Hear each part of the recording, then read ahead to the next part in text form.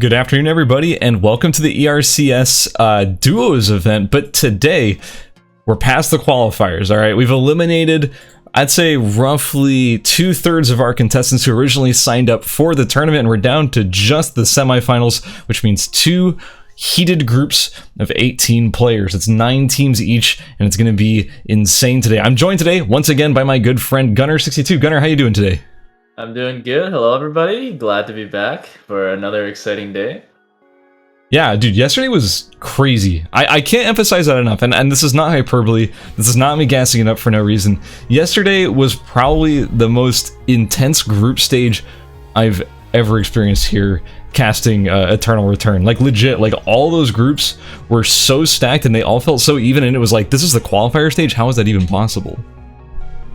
Yeah, I definitely agree with you there, and I'm really excited to see what the semifinals have to bring for us now, because I'm just going through the participant list now for our semifinals, and when you can recognize almost everyone on the list for making like amazing plays, like, you know it's going to be a good day. So speaking of our semifinal list, do you want to run us through who's going to be showing up in Group A, our first group of the day?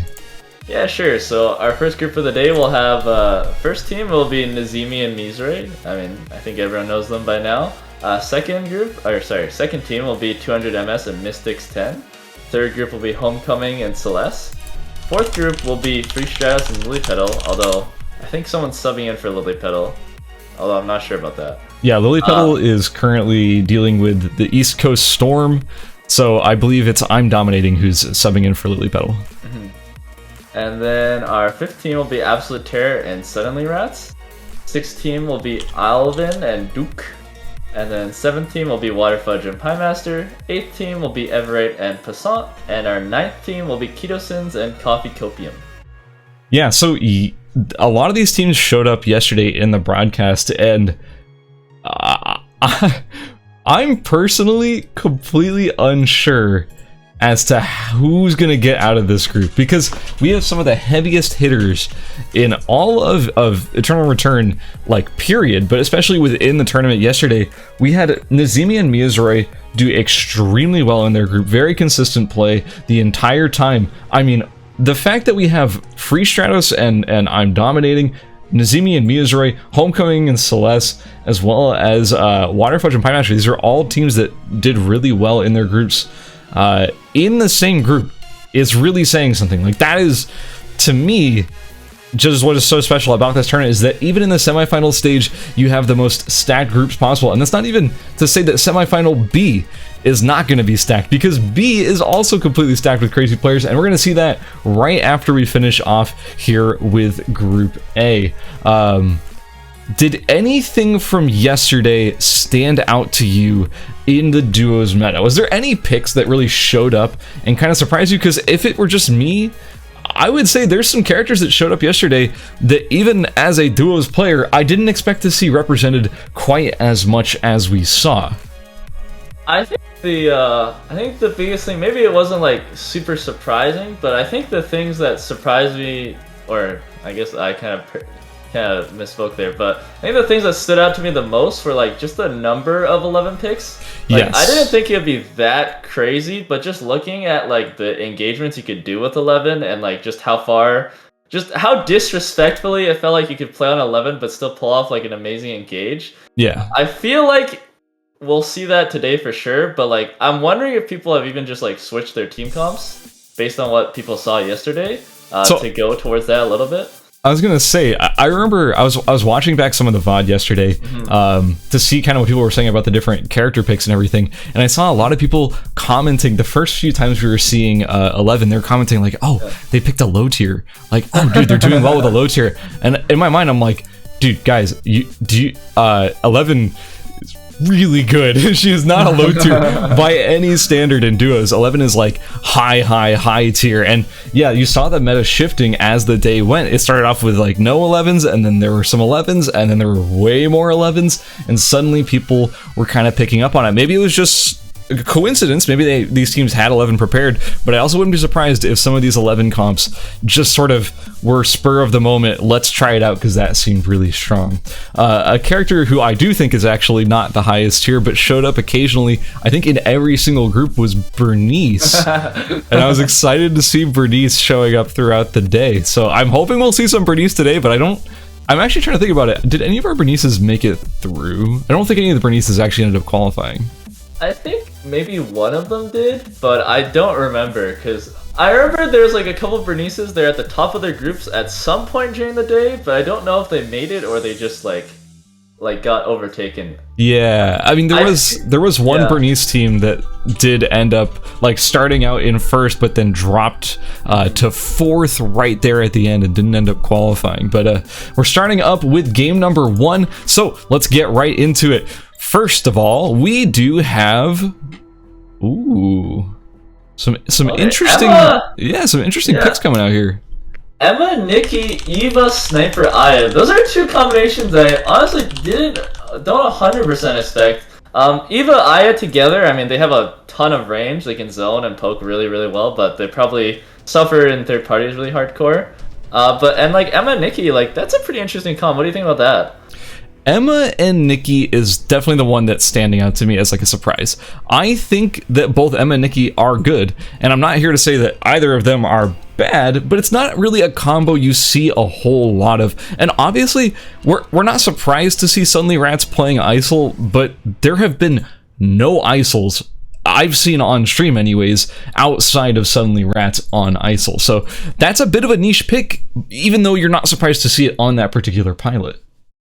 Yeah, I'm curious if they're gonna change up their routing from yesterday, because I think we saw them run Elegance, right? And it feels like with pistol characters, like especially if you're running double pistol, like you can route like so many different areas of the map, like especially if you have people just sharing like I don't know, like iron batteries or something like that, or just having your partner grab stuff for you. So I'm curious if they have like some like extra pre-planned routes for that, because you could definitely like get some early griefs off with that. Yeah. I think we saw two Shukai comps today, which makes sense. We saw yesterday Shukai is like very, very strong once he gets to the 150 stacks. I mean, it's very hard to deal with the Shukai late game, and because like you're not guaranteed to make it late, but you have a really good chance with these revive terminals. Like even if you get like killed early, you can go get your teammate up and even still hit like 150 stacks for the late game. So very consistent pick there. I like that. Yeah, one more thing I want to remind everyone of at home, since this is going to be a 2-group semifinals, as far as advancing to the next round goes, the way it works is that the top 4 are guaranteed to advance, and after that, the 9th slot will be determined by the 5th place team between both groups with the most points. So what that means is that it's actually kind of a little bit easier to qualify out of the semifinal stage, as more teams are going to be advancing compared to the qualifiers where only the top 3 would advance. So hey, what you want to be in is that top 4 this time, not necessarily just the top 3. I am not surprised to see Homecoming on Nadine.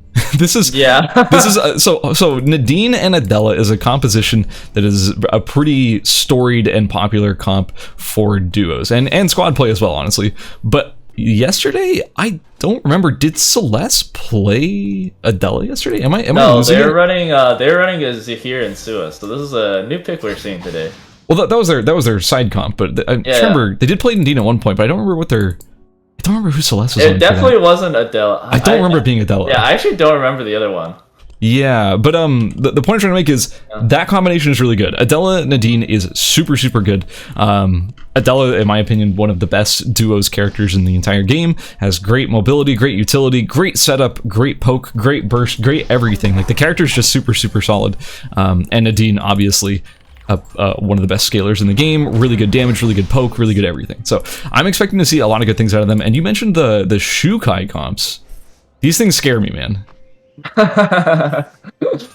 Yeah, I mean, you already see like Waterfudge has his Fang Tuan Haji done, and he's just already starting to cook. Even like at level what is he right now? Level 6. Like normally you don't see people really focusing on cooking that much that early. And then same thing with Keto-Sen's also on that Fang Tuan Haji. Hold on, Free Stratos putting the early aggression in on 11. Only with the green rapier, but we've seen what a fencing rapier can do. Adela with a green weapon is still a threat. Like, it's amazing that it is such a thing, but yeah, it is legitimately still a threat. That is such a power move right there. You just throw the queen on his face and just start crafting. Oh, wait, wait a second. Let's see. Oh my god, Nazimi throws down the ultimate to try to hit the ISOL, but the ISOL doesn't quite hit, and he gets to kind of get away scot-free right there. So it looks like Duke did end up going down. Now 11 picking them up. That probably was... I don't know if that was actually related over to the Adela chasing. If that was... I don't know. But in any case, it gets picked up, no problem. Maybe he just tripped and fell over a rock. I don't know. It happens sometimes, you know? Oh, wait a minute. Nazimi had a kill. Nazimi got that kill and then probably TP'd over into Cemetery. Oh, that makes a lot of sense. Oh, yeah. We're seeing Piemaster and Waterfudge trading items over here in Cemetery. Nazimi and Mia's right not far away. Remember, they're on a pretty heavy spike right now. They should be careful whether or not they want to take this fight. Like, if I'm Pi and Waterfudge, I actually would want to just disengage here because you're gonna scale with the Shukai, right? Like, you don't necessarily need to go too hard. Yeah, for sure. I definitely agree with you there, but keep in mind, like, a Shukai with a Fangtan Huaji, like, early game is actually pretty strong. Like, Shukai actually has, like, a pretty good spike, like, in the early game, and then once again in the late game. So they can definitely go for the kill here. Yeah, right here, onto Miser. Miser's already at 40% HP. See if he can ult out. No, he falls right before he can ult out with that emergency surgery. And then Zimi's just gonna have to back off, and looks like Miser's just gonna get finished off. Just like what we were saying, or what I was saying, like, Shukai's early game with a spear, I mean, it gives him 84 attack power, 20 flat amp, like, it's good enough for an early game fight. And then Hotel, we see another one. 200 MS and Mystics are trying to get away from Passan on the Lennox, but he hits a full combo. Oh no, Mystics! No! You saw that, didn't you? Yeah, misclicking on the stones a little bit. Okay, the blank cartridge goes out, snares them for a little bit, and Kyosin's a Copy Copium, not letting them slip away. Here we go, knockup goes on to 200 MS, and the burn starts burning him. Oh, 200 MS, 1 HP! Let's see if they can get him. Can he get away? No, the cast finishes him off. Wait, but over here in Pond, it looks like Homecoming's gotten assassinated by Absolute Terror and suddenly Rat. Celeste able to get away here, but will be running straight into Duke and 11. Duke hiding in the bush. Now Celeste is trapped between them. This is a terrible position to be in, and a very, very vulnerable position as well. Celeste dropping down to less than a quarter HP. The Polymorph will connect. There it goes. That mini stun associated with it. Kind of frustrating. And now 11 is hot on the chase. Yeah, but Celeste just using these speed zones to get away. I mean, can he do it? He knocks up the Emma right there. Not quite in range for that knockup from Elvin, but gets polymorphed once again in melee range. Uses the Rook to get over the wall. Another speed zone is taken. You almost think he's out now, but let's see if this Nikki can chase. He almost has a full rage bar for the ultimate, but not quite. Chooses to give up on the chase right there. Homecoming has sort of been stripped, but they left a decent amount of stuff on the body area. So if Celeste wants to pick up the body, it's not like Homecoming has nothing to revive with. It's just going to be pretty rough. We did have a revival over in Hospital, already used up during all of that action, but unfortunately Mystics and 200 MS will be the first team to fully be eliminated here at the ERCS Group A semifinal. So, now, Celeste trying to get away, as we do have Absolute Terror and Suddenly Rats trying to chase, trying to get a little bit more, you already got some kills on the first member, you might as well try and get the second one. Yeah, I also want to point out, when Mizuri got res in Hospital, I think he got stripped of most of his items, so all he really has is a mount slicer and like some knee pads, so he's doing pretty poorly for himself, and he's going to have to rebuild a lot of his items since he died early on. And I don't think Celeste actually got Homecoming's cuff, if you look at his inventory. No, if he got the cuff, it would have had a red body on, or a red name on the body, and yeah, he would have had the cuff in his inventory, but looks like there's going to be a fight breaking out over here in Hotel in just a moment. Yeah, Passan is just kind of running at every team. He's playing very aggressive right here. Yeah, going in the choke. Okay, Books land on the Copy Copium. Stun goes through, but he's unstoppable through the lands. Kito-san uses the burn to a crisp. Passan hits a 2-man Blue Viper right there. Lots of AoE going down. The motorcycle kills him through the Blue Viper bleed. And now Kito-san jumping over the wall. Let's see if he can get away. Everight's on the chase right now. I don't think he has a lance up to quite pick it up though, but Passan has a lot of move speed, gets extra move speed from using the W on the chicken. He's almost there, but Kyosin's dash should be up. He's going to look to go over the wall, dodges the Books right there, gets the speed zone, goes into the red. Let's see, Spear skills them away. Yeah, and dodges back into Hotel. And he's quite far away, but Everight's lance might be back up. Let's see, he gets slowed a little bit. Yeah, there we go. Almost in range, Books, not quite stunning, but speed zone. Let's Kito-san get a bit of distance, takes the next speed zone, a little bit more distance. And I don't know if they'll be able to catch up. Let's see, Everett. Okay, another jumps over another wall back in the hotel. Okay, another lance gets used. Okay, cloned lance now into melee range. Books don't quite stun right there. A bit unfortunate with that aim. Let's see, Passant's in range though. Okay, hits the silence, hits the book, and that combo means Kido-san is dead, and that's another team gone from the game. So let's run that back. I want to check out the start of that fight to see how that all went down. Basically, during that fight, we had, like, the initial engagement there was pretty rough, right? Hold on, I think. Let's see if he can get away. Yeah, so the initial engagement right now. I don't think he has a lance up to quite That's just pick the it chase. up, though, That's okay. But Passant has a lot of moves, gets extra moves. Anyways, there's kind of nothing really happening at the moment. It looks like most of these teams are sort of splitting up and not staying in each other's areas, and I think it's really only Celeste who's trying to do the rescue mission onto Homecoming. But yeah, I don't think he's going to necessarily be able to revive Homecoming with a whole lot of gear to go with, because he's only got the Bucephalus, he's got the active camouflage and the sheath, but that's really about it. And we also see that Passant and Everett are camping out the body right now. Oh yeah, there's actually quite a few bodies in Hotel. I mean, if Celeste is able to go to Hotel right now and is somehow able to bypass, okay, he chooses to go to Cemetery instead. Looks like Mizore and Nazimi are here though, a bit dangerous. Like he's gonna walk into them. Okay, next trees are spawning. It looks like I'm dominating, and Free Stratos will be able to get the Forest Tree. And Hospital Tree, maybe Duke and Alvin will take it, but maybe they don't want to use the red zone timer for it. They're just kind of chilling in a pond right now, probably getting some food. Let's check on our Shukai stacks, shall we? Yeah, sure. Our Shukai is currently sitting at 81 stacks, which is getting close to the dangerous threshold. Yeah, he's halfway there, we'll say. Halfway there.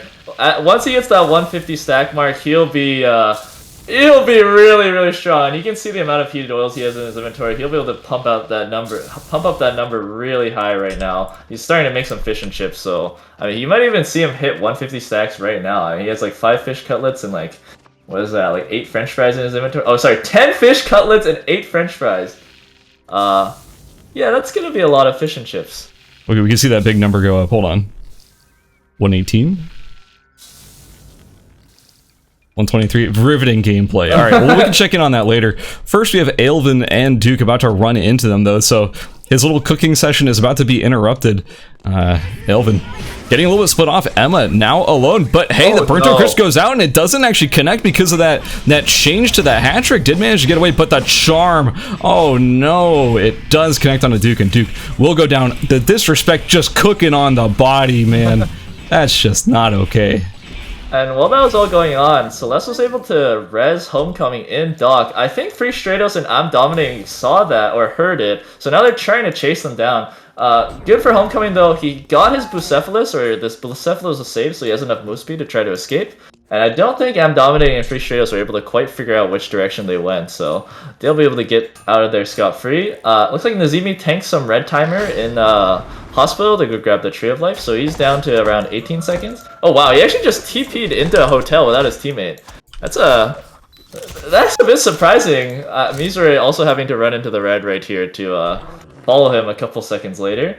But that was a bit of a dangerous TP, I gotta say.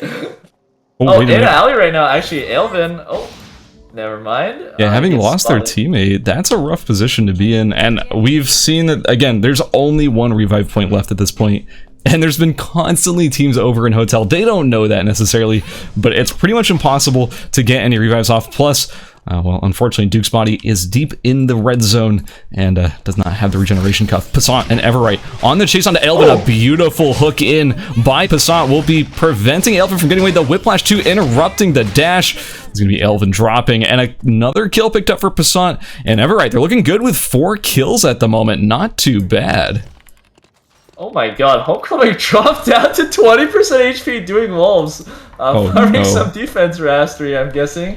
But yeah, I thought there was a fight going on. In fact, I'm like, what's going on? But it's actually just Homecoming fighting a pair of wolves. That's something you see every day. While that was all going on, it looks like Free Stratos and Mizore are able to get themselves Omega down in Uptown. So they'll have a Force Core for themselves, using it to build an Auto Arms for Free Stratos. So a nice power up there. Man, Homecoming dropping that low to a dog as well is really concerning. Yeah, like they're not gonna be taking any fights anytime soon. But if Homecoming is able to keep up his stacks to like a reasonable amount, and he gets to pick up some. Oh, actually in Hotel right now. Oh, wait a minute. Never mind. A little bit of poke being thrown out, but no abilities quite hit. So looks like neither team. Actually, it looks like Poisson wants to go in for this, but kind of far away from Nizimi and Mizori and his teammate. So yeah, he's just gonna back off there. Absolute Terror and Suddenly Rats were actually able to get themselves an Opera Mask and a Red Shoes for themselves. Along with 8 guillotines. Wow, they're actually pretty stacked right now as well. Oh, in Hotel. Okay, fight starts. The Panorama drags. Poisson back. Poisson's at 50% HP. Mizori's looking to finish him off. Okay, Everett goes in. Mizori. Oh! The TP comes in. Suddenly Rats and Absolute Terror are here to join. And both teams just immediately scramble. Oh my god. A bit of an unfortunate timing right there. That could have been easily a kill for either team or a wipe for either team. Now, Suddenly Rats, Absolute Terror just in the middle. Thankfully, Suddenly Rats has enough double guillotines that even if the fight starts, he can just drop them for a nice escape right there. But none of the teams want that right there because you do not want to get third parties in a tournament setting, and all of the teams are looking to third party. Yeah, despite that whole engagement looking like it's about to be pretty rough for Poisson and Everright, it's going to just be a disengagement here. Wait a minute, we might have the run back. They're running into Archie where Mizori and Nazimi are currently waiting, and well, Suddenly Rats and Suddenly Rats and Absolute Terror have basically just walked away at this point. So we're back to our reclash, our re-2v2. We also do have Suddenly Rats and Absolute Terror clashing with Water Fudge and Pie Master over Wickeline. Oh, in Archie right now, okay, the fight has started right now. The Panorama goes through, a lot of area goes down, and oh my god! No. That is a dead like Poisson and Everright. Yeah, the two, man.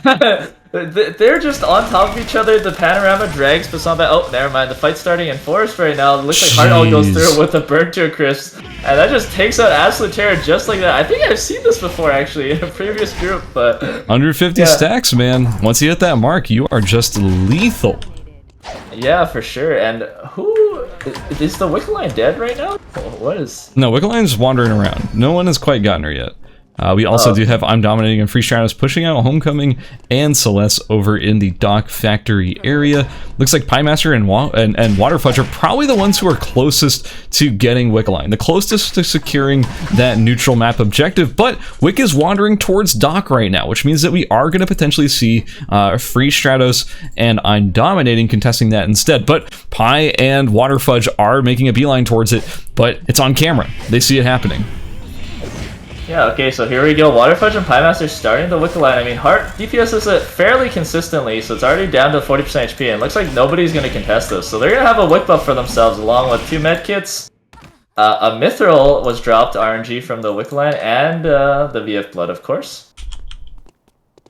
Yeah, there's actually a lot of... There's actually quite a few people nearby in Dock right now. Let's see here. Homecoming's still on the same items he was before. Still not able to really find anything for his build. So, I just wanted to point out, Suddenly Rats just got the revive on Absolute Terror over in Hotel, but Nazimi and Mizori are right there. They see it on the scan. Absolute Terror has a scuffed build, and that stasis just landed. So that is going to be Absolute Terror going straight back down again, and Mizori and Nazimi pick up a free kill. That is a rough position for our ISOL player, Suddenly Rats. Yeah, and like, I think, I'm not sure if they're doing it on purpose, but they're kind of like hovering around the hotel area. I think that's like a very smart thing to do if you know like one person, there's only one revive station left and one team is dead, because they're certainly going to go for a revive, or there's a very high percentage chance they're going to go for a revive. And that's just a free 4 points right there if you're able to take him out. We've been seeing some teams, I mean, even yesterday, there was a team that was specifically choosing not to revive, even though they had the chance to. And the assumption there was that, well, it's probably going to get camped. It's probably going to be an intentional decision. We have I'm Dominating and Free Stratos teeping into archery range where they meet Homecoming and Celeste. Homecoming catching I'm Dominating while he's slightly separated, but Free Stratos is just castled over the wall. Oh! Beautiful! Oh, but the counter checkmate right there was very well used by Free Stratos, and I'm Dominating also didn't get hit by Celeste's checkmate because he used the emergency surgery, so both of them were actually able to get out right there, and Homecoming doesn't have a Wolf Assault for the DPS. So somehow, even though they get hit by the double queen right there, both of them were just able to get out. No! Oh, But on the backside, no. Misora and Nazimi were able to catch out I'm Dominating, and Free Strauss does not have the cooldowns to fight that. Okay, dodges, sidesteps Nazimi's ultimate, but he's in melee range of Misora right now. Getting auto attack down. Rook won't be up for another like 5 seconds, I want to say. Okay, never mind, it goes through. And Free Strauss just using the Queen move speed, and then Misora gap closes with the emergency surgery and just takes him out. Jeez, it has been a bloodbath over here in Hotel. We see like 6 or so bodies, 5 to 6 bodies just littering the grounds of the hotel right now, and man, whoa, Sunny Rats almost gets caught here. Nazimi pulling him back a little bit, but he's gonna be able to get away. He is a little bit of a slippery, what is it, rat trap character? Slippery rat, yeah. He was so close to being dragged back by the panorama. The bonus move speed from the pistol skill just barely brought him out of range. Like during the auto attack, it brought him out of range of the circle, so he didn't get all the way dragged back, which is very good for Sunny Hold on, Celeste is being pursued by Waterfudge with the Wick buff. Gets knocked up, gets shadow stabbed. Will we see the burnt to a crisp be dropped here? I would be surprised. Celeste has already used his mobility skill. No more castle available, but the checkmate dodges the dodges the charm from Piemaster, gets another castle, gets a beautiful double queen, and will be able to get away with a nice, beautiful double knockup as well. Celeste playing out of his mind right now, getting away from that very scary Wick-aligned up team. Yeah, I'm very surprised Waterfudge didn't pop his ultimate right after the checkmate. I am too, yeah. Yeah, because it felt like he was just barely in range. Okay, Sunny Rat's kind of walking into Celeste and Homecoming here, but I don't think Celeste and Homecoming are quite going to want to chase him too much, because you know when you hit an ISO player, they're just going to start dropping traps on your face, and they're still being pursued around Uptown by the menace that is Waterfudge and Piemaster, who both have their ults up, keep in mind, so one misstep just means you eat a burnt to a crisp on top of Heart's ult, and you cannot do anything while you're dancing. Now Piemaster is pursuing Sunny Rats as he is sort of backed into a corner here. Doesn't look like he'll be able to get his way out of this one. And Sunny Rats does drop. We're down to just our final 3 teams. All 3 teams are full, but you do have to remember that Homecoming at one point was revived. His stack count is not exactly where he'd like it to be at the moment, and their food situation is not that amazing either. And Waterfudge and Piemaster were just delivered 6 double guillotines from the trap man himself, Suddenly Rats. This advantage has just turned into an insurmountable lead. Yeah, that is absurd. Like, it's pushing into a Heart and a Shukai with traps on their face. Like, just think about how much work it'll take for, like, Misora to get in, right? You try to dive on top of them and you just eat double guillotines on their face. And I mean, Homecoming and Celeste are both really squishy to a burnt to a crisp. Alright, here we go. Homecoming Celeste kind of getting pushed away right now by Piemaster and Waterfudge. Waterfudge Piemaster just trying to control space a little bit right now, not letting anyone get into the zone for free, because again, they have the traps, they have the control. As long as they keep control of the final zone, they can drop the traps right before the zone closes, and that almost guarantees them a first place, as long as nothing incredibly chaotic happens. Just want to point out, Nazimi actually has a really stacked build right now. Auto Arms, Glacial Shoes, Kandala, and a Mithril Armor. So doing very well for himself as well, and same thing with Misora right there. So both of them have plenty of food, plenty of good builds. The Wicked Line buff, it will actually be timing out, I think, right before the zone closes. So they will be able to get a fair fight at the either right as the zone closes or like a couple seconds into it. I have to point something out though. We have double taproots on Piemaster and Waterfudge. They already have Shukai food on top of these taproots. They're going to be healing so much from these fish and chips. It's actually absurd. Yeah, and I mean, this Shukai is sitting at 4.2k HP right now, so it's going to be very hard to burn through his health bar right here, especially with no smolder equipment. Oh, there we go. First double guillotine gets procced by Misora right there, and he is not aware that there's double guillotines on the floor. Yeah, that's a scary thing to see. When the what am I trying to say? When the Shukai and the Heart players start dropping 6 double guillotines, boom, boom, boom, keeps coming down, and you know that they're full stack, and they had Wick Align, and they have good items, and they have good mastery. It's pretty scary. And also keep in mind, Misora and Nazimi don't have timer. They only have like 10 seconds apiece, so this is going to be a very scary final zone for them. I'm not sure how Celeste and Homecoming's timer situation is doing, but I have to imagine it's a little bit better. Oh, never mind. They do some time because they got some kills. Oh, okay, never mind. I lied. Though it does look like Celeste and Homecoming kind of low on timer. The charm does land. There's the shadow stab, but a stasis from Misora and Nazimi. They're going straight on to Piemaster. They don't want to be, giving them the win necessarily. So Mia's going straight in, but gets melted as Homecoming drops as well. We're down to just one member on both Nazimi and Celeste's team. Which one is going to come on top? It looks like Piemaster and Waterfudge haven't even taken damage yet because they're ticking for 100 right now with that extra healing. They don't even get hurt, man. You can't even scratch them. They're going to win this one, no problem. And that's Waterfudge and Piemaster taking the W in our first semifinal round. Yeah, keep in mind at the end there, Nazimi was actually able to snipe out the kill from Celeste, so he got an extra 4 points for himself there. That's huge. Just with the last auto attack, he was able to get it. So yeah, very well played right there. That's actually huge. Yeah, just like you see, 7 kill first place for Piemaster Waterfudge, and also a 7 kill second for Mizure and Nazimi. So they're not too far behind, even though they did get the second place. Yeah, not bad. I mean, it's also very important to mention that even though Celeste and Homecoming did manage to secure third place, which is not bad in terms of placement points, they unfortunately got 0 kills, which means they're going to be missing on a lot of points. Whereas Piemaster and Waterfudge, 7 kills first, like you said. Miyazuri and Nazimi, 7 kills second. Those are really comfortable positions to be in, so I'm not surprised, or rather I will not be surprised if they are by far ahead in the points. And also we should give a nod to Passant and Everite. They ended up in 6th, which is an unfortunate placement. However, they got 4 kills, which is quite a lot of points, which in my opinion will probably place them somewhere in 3rd.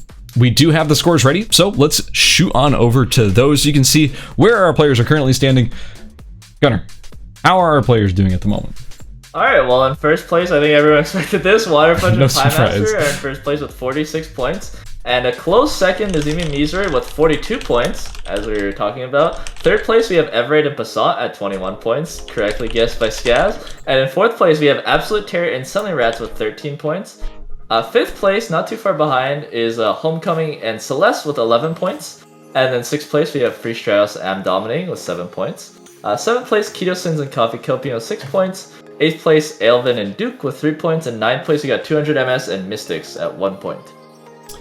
Yeah, that is not really surprising, honestly. Like the results from the scoreboard very much mirrored what the points would end up being. And the only real difference is that we do have Homecoming and Celeste down in 5th because of the lack of kills. And it just goes to show, guys, you can't just be relying on placement points. You do need to be getting those kills as well. Like I've seen people complain, they're like, man, placement points are so good. It's like, no, if you don't get kills, you're not making it up there. Like, you gotta be getting those kills as well. And even if you have a poor placement, some decent number of kills will for sure rocket you up into the top ranks. It's gonna be hard to scratch Waterfudge and Piemaster and Nazimi and Muse right now because they're so high up there. It's crazy. Yeah.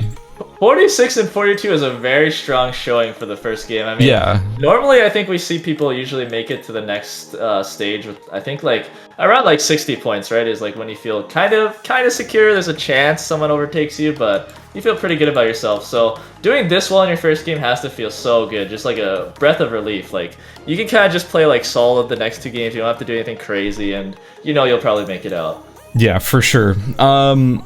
So, reminder to those at home, this tournament uses the anti-OTP rule, which means that our players can only play a single, our teams can only play the characters that they're playing for just over half the games in the group. So let's take Waterfudge and Piemaster, for example. They played Heart and Shukai. If they played Heart and Shukai again next game, both Heart and Shukai would be unavailable for them to pick in the 3rd game. The reason why I bring this up is because we're about to hit game number 2, and I'm curious if we're going to see any comp swaps, because you don't necessarily have to do your comp swap in the 3rd round. We do see a lot of our teams, at least yesterday, brought their comp swap out in the 2nd round. So I'm curious if we're going to see anything different.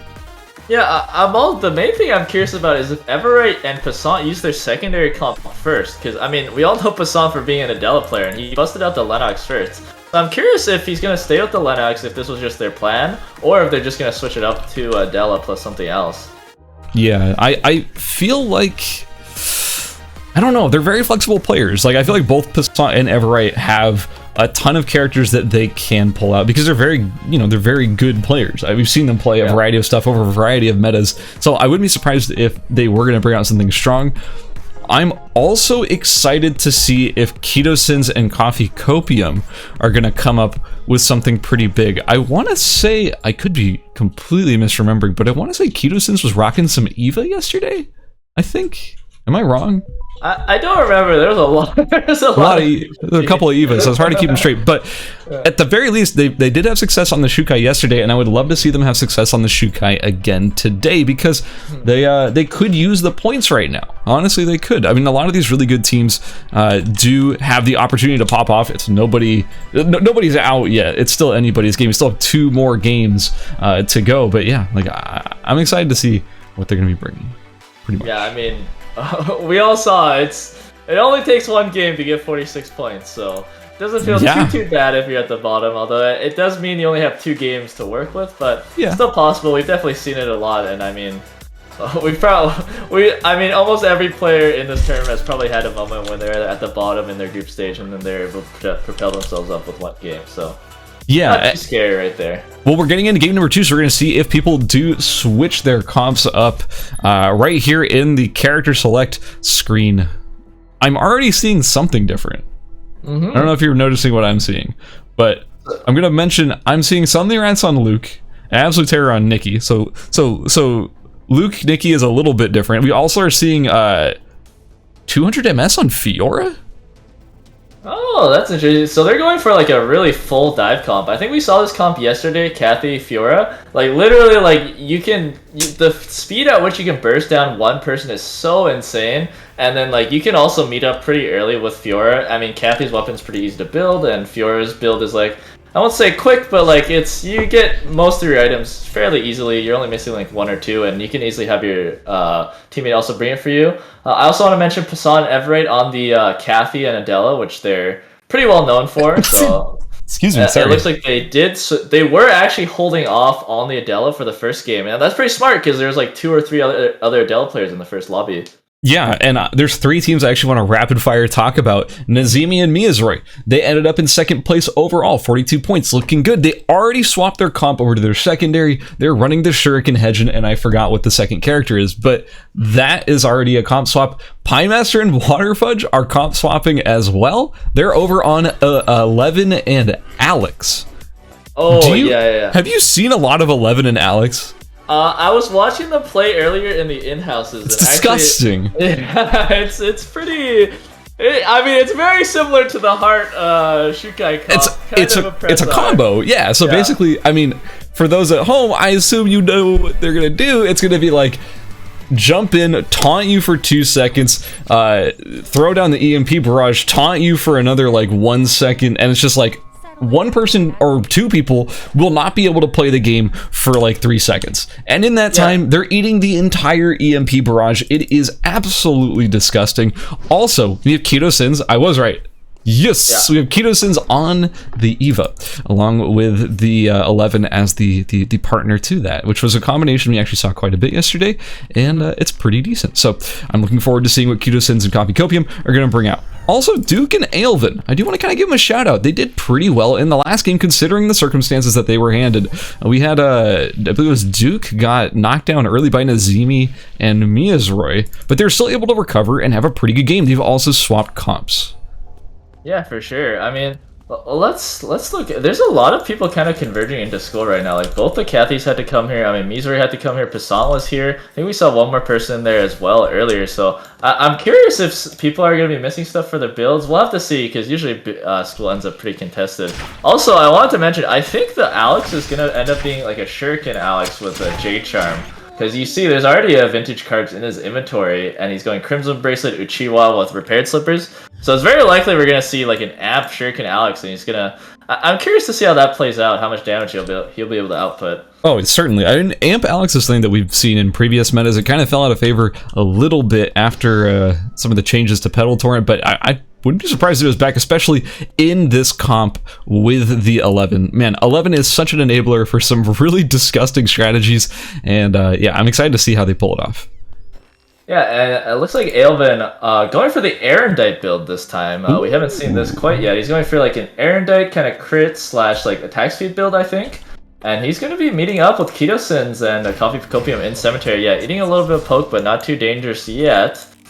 This is a strong early game team. I want to point this out. Keto-Sens is going to have like 4 to 5 items done within the next few seconds. Coffee Copium is going to get the Crusaders done in a moment too, and that's going to be roughly a 3 to 4 item 11. Both pretty strong in the early game, so I wouldn't be surprised if they tried to contest tree. Honestly, I will be honest with you.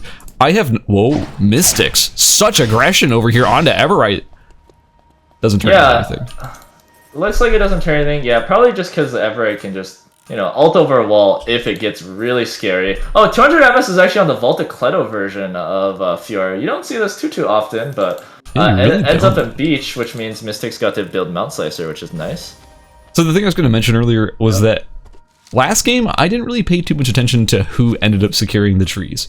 Yeah. I don't think there's been a lot of contesting over these trees, which is actually kind of interesting to me because trees are very important, especially in the duos meta. A lot of these characters want to be running a bracelet of Scotty, and it looks like Waterfudge and Pie Master, they do have the Crimson Bracelet. They're trying to contest this tree against Keto-Sens and Coffee Copium. Waterfudge throws out the melee W to try and pull anyone off the tree from, looting it, but Keto-Sens has that ranged harvest, so he's able to get it no problem. Now Waterfudge triggering the free fire trap. Oh no, that is not the honor. Really missed right there after the counter cycle, and that's so unfortunate because that could have led to an easy kill for Keto-Sens to follow up with the laser. But yeah, like you were saying, that ranged. Oh, actually, it looks like Qualifier might still want to take this. I mean, he's almost in range to do a swap to taunt, but yeah, he's looking to go in for the for the taunt right there, but it wasn't quite in range. He was eating a laser, so they just back off right there. And yeah, like you're saying, that ranged that ranged pickup on the tree of life. I mean. Waterfudge was trying his best, but he can't quite stop that. He unfortunately ran into the only character in the game that does not have to harvest the tree the same way as everyone else. But you know what? Hey, there's another tree on the map. But it looks like it's going to maybe go to Passant and Everite. But guys, the tree's right there. You can get it for free. You don't have to... Okay. Well, I think someone put a cloaking device on the tree, actually. They can't see it. Yeah, there's 2 trees that spawn.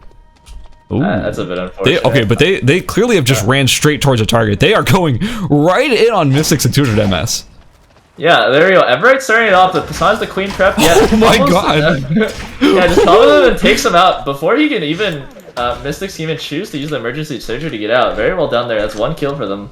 And yeah, I like to say, Everite, I mean, yeah, he just saw, I don't know if they had the Beach console, because they went straight for 200 MS and Mystics right there, almost like a straight line. So I'm curious if they just... I feel like they had the monitor if they're able to do that, right? It was like pretty... They had to. Unfortunately, in spectator mode, we can't see who has the monitor, but I can only assume that they did. It looks like Sunny Rats, Homecoming, and Celeste maybe about to clash over here, and the tree did end up getting picked up, but I didn't see by who. Did you happen to catch that? No, not quite yet. Okay, the fight's starting. Okay, here we go. The Queen hits, full combo hits. Sunny Rat's still very healthy though, so not too scary right there. Wait, and Waterfudge? Looks like they might just back off. Waterfudge and Pie Master, Passant and Everite. They're a little split up at the moment. I don't think this is intentional. Waterfudge goes in. There's the EMP barrage. The taunt into the other taunt. Everite is just melting in CC right now. Oh, that is exactly what we warned about and exactly what we wanted to talk about earlier on in the game. That is a deadly combination. Yeah, like you dodge one taunt and you just get taunted by the other guy. I want to run that back and watch that again. That was absolutely nuts. That combination is so gross to me. Oh wait, that's not it. Hold on, that's a different game. We'll go through it later. The replay system's still in we're working on it. Cut us some slack. Yeah, that's okay. All right, let's see what's going on right now. Okay, so it looks like wait, hold on. The replay's working. There we go. This was nice, the combination as it went down. You're seeing the taunt there into the second taunt. That health bar just evaporates as it all goes down. That is just brutal, man. Yeah, and he was just almost out of the EMP barrage. Literally one more step, and he wouldn't have even been hit by it. So, but just the second taunt goes through, and he's just standing in it, taking all of his health. So let's see what went on while that replay was going on. I think Coffee Copium and Keto-Sens were able to pick up Alpha for themselves, so they got the Mithril, and I think Coffee Copium will end up using that to make the Mithril quiver right there. And I still haven't been able to figure out who got the tree. I think it might have actually been Waterfudge who got the tree, because he has a Scotty right now. And I have to imagine that came from Hotel, because I remember them being in that area earlier. So I think that's where the mystery tree came from. Right now, let's see. Poison's kind of close to Piemaster and Waterfudge. Let's see if Piemaster wants to go for this in Uptown. No, not quite. Okay, they just escaped from each other. And yeah, all the teams are kind of just split up right now, just farming, getting up their masteries. Celeste and Homecoming and Ali, I think they might have left their keyboards. Not quite. They are kind of just relaxing over here in this shop, guys. Yeah, but well, maybe it's a strategy that we don't know about yet. Coffee Copium, Miazroy, kind of dancing around each other, throwing the poke out. It's gonna be hard though. Miazroy with the Death Rune. Not something I've actually seen be built yet in these duo matches. Also, Poisson going for the in red zone revive. This is the safest revive on the map, believe it or not. And unfortunately, Everite had like basically no items to come back with. But yeah, reviving in the red zone, no one's gonna be camping that, you know? Mystics getting revived over here in Dock. Generally, the ones that are still available, you'll have teams kind of circling the area. We've seen Miazroy and Nazimi camping out these revive points in the past, but yeah, if it's in the red, no one's really going to be there. Yeah, and the hospital one is definitely the most dangerous one there you saw. Because the Tree of Life was spawning. Oh, 200 MS in Dock. Oh yeah, here we go. 200 MS in Dog, already down to 50% HP. Mystics dashes out, but gets stunned by Elvin. Uses the emergency surgery to get over the wall, but the Molotov cocktails keep catching 200 MS. He goes down to 50% HP once again. Elvin has the stun prepped, but 200 MS not quite in range yet, and might just time out right here. Ooh. Yeah, 200 MS. Rapier skilling over to a chicken to get out right there. That quick cut was huge to give the extra distance there. We're also seeing Poisson and Everite trying to run away from Free Shadows and Lily Petal in the avenue. Looks like they will be getting away.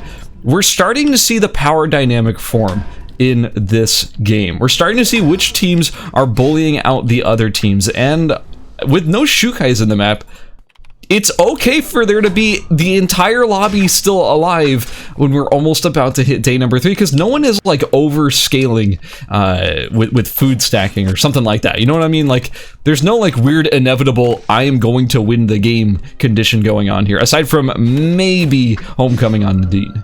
Yeah, and I mean, speaking of that, I mean, Homecoming already has more stacks than he did last game at the end of the game. He's at 233 stacks already. So he's looking actually really good for himself. So he might be able to hit like 400, 500, 600 stacks maybe? 700, 800, who knows? Yeah. Yeah, who knows? So maybe inevitable scaling. I mean, especially with all of these zones still being open, like he's going to be able to traverse a lot of zones and get a lot of farm. And you see, like, there's not anyone in archery right now. I mean, they ran through alley kind of behind Everett and Psalm, but they still got most of the farm.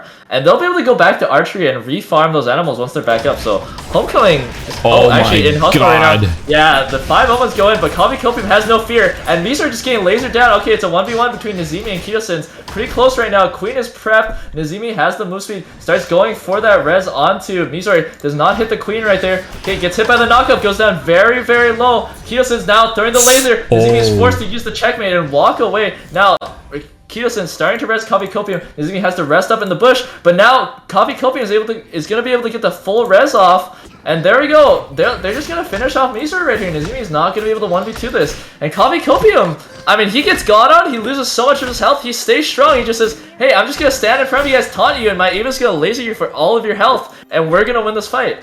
Don't count out Twitter MS and Mystics, though. Granted, well, the item situation is not the best for Mystics, but, you know, they're still a threat, especially when Nazimi is only one person. And just below them, we do have Elvin and Duke kind of waiting in the wings. There's a lot of people in the area that I don't think that Coffee Copium or Nazimi know are there. And now Everite and Passant have decided to walk into the zone as well. We have basically 5 teams stationed within these 2 zones. Yeah, and I mean, especially because Cemetery Zone is closing and Factory, Chapel are already closed. I mean, there's only one exit right now, which is Hospital. Nazimi, I think, yeah, he's just ratting right now. There's one more exit. Yeah, that is where Nazimi is. Secret exit. There's also the TP potentially in Chapel. So, like, without taking Red Zone, yeah, sure, there's only one exit. But there are a couple of emergency ways you could get out of here, and I think that might be what we'll see. Mystics and 200 MS hovering around that area. Duke spots him out with the oil. They're going to be forced to run into the red, maybe even walk over to Forest, but there's other teams over there too. They have to be careful. Yeah, it looks like they're just playing conservatively. I mean, they know that like they won't take too much damage from Aelvin and Duke, so they'll have time to decide whether or not they want to leave. Yeah, there we go. So they see them get chased a little bit by the 2, so they just choose, hey, we'll just lose a couple seconds of our timer, get out safely right there. Gosh, I can't believe it. We are going into day 3 night, and only one person is dead at the moment.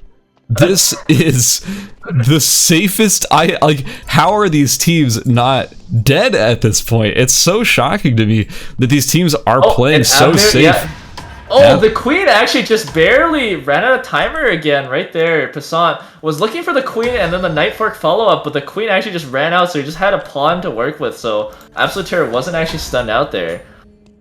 So unfortunately for Homecoming's team, it looks like archery range will be the next zone to close, which means that farm that they have been, rotating between. They've been cycling between essentially alley and alley and archery range. So without that available, it looks like they're gonna be maybe less farm under their belt, but they're gonna try and get what they can before it closes. But guys, you've only 4 seconds. You gotta get out of there.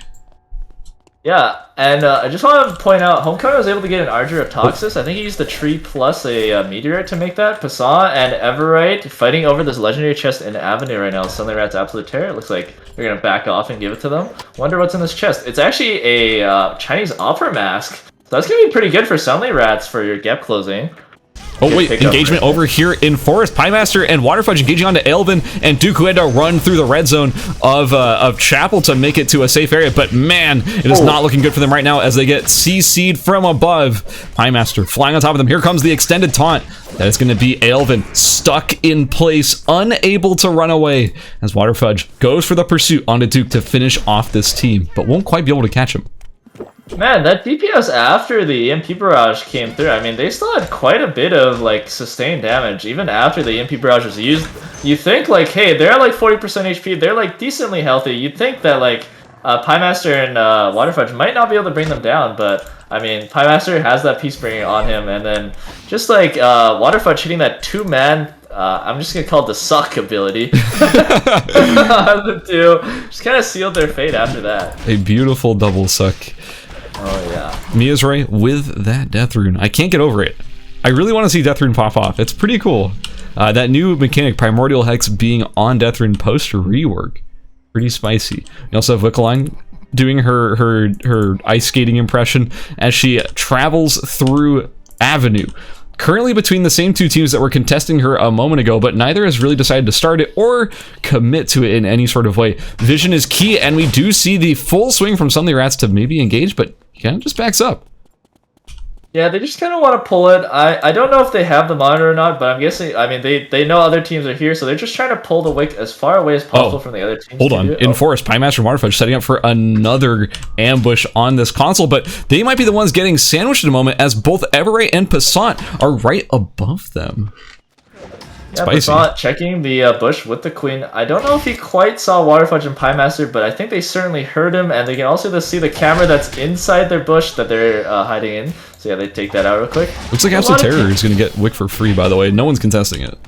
Yeah, that's kind of interesting because there's 2 other teams in Avenue, and they certainly heard it, and you can see Wickeline on the map as well, so you can kind of tell when people are doing it, but both of them kind of choosing just to give it up. I mean, again, there's a lot of teams alive. I mean, every team is alive. If you were to die in this situation, you're going out in last place with 0 kills. Day 4, last place. Yeah, in Forest, actually, okay, Adriana is caught up between 2 teams. Let's see who gets this kill. It's actually 200 MS that finishes them off. Everett hitting a nice stun onto Mystics right here, but 200 MS just putting a lot of sustained damage too. Queen goes through his 200 MS, bursts him down right there.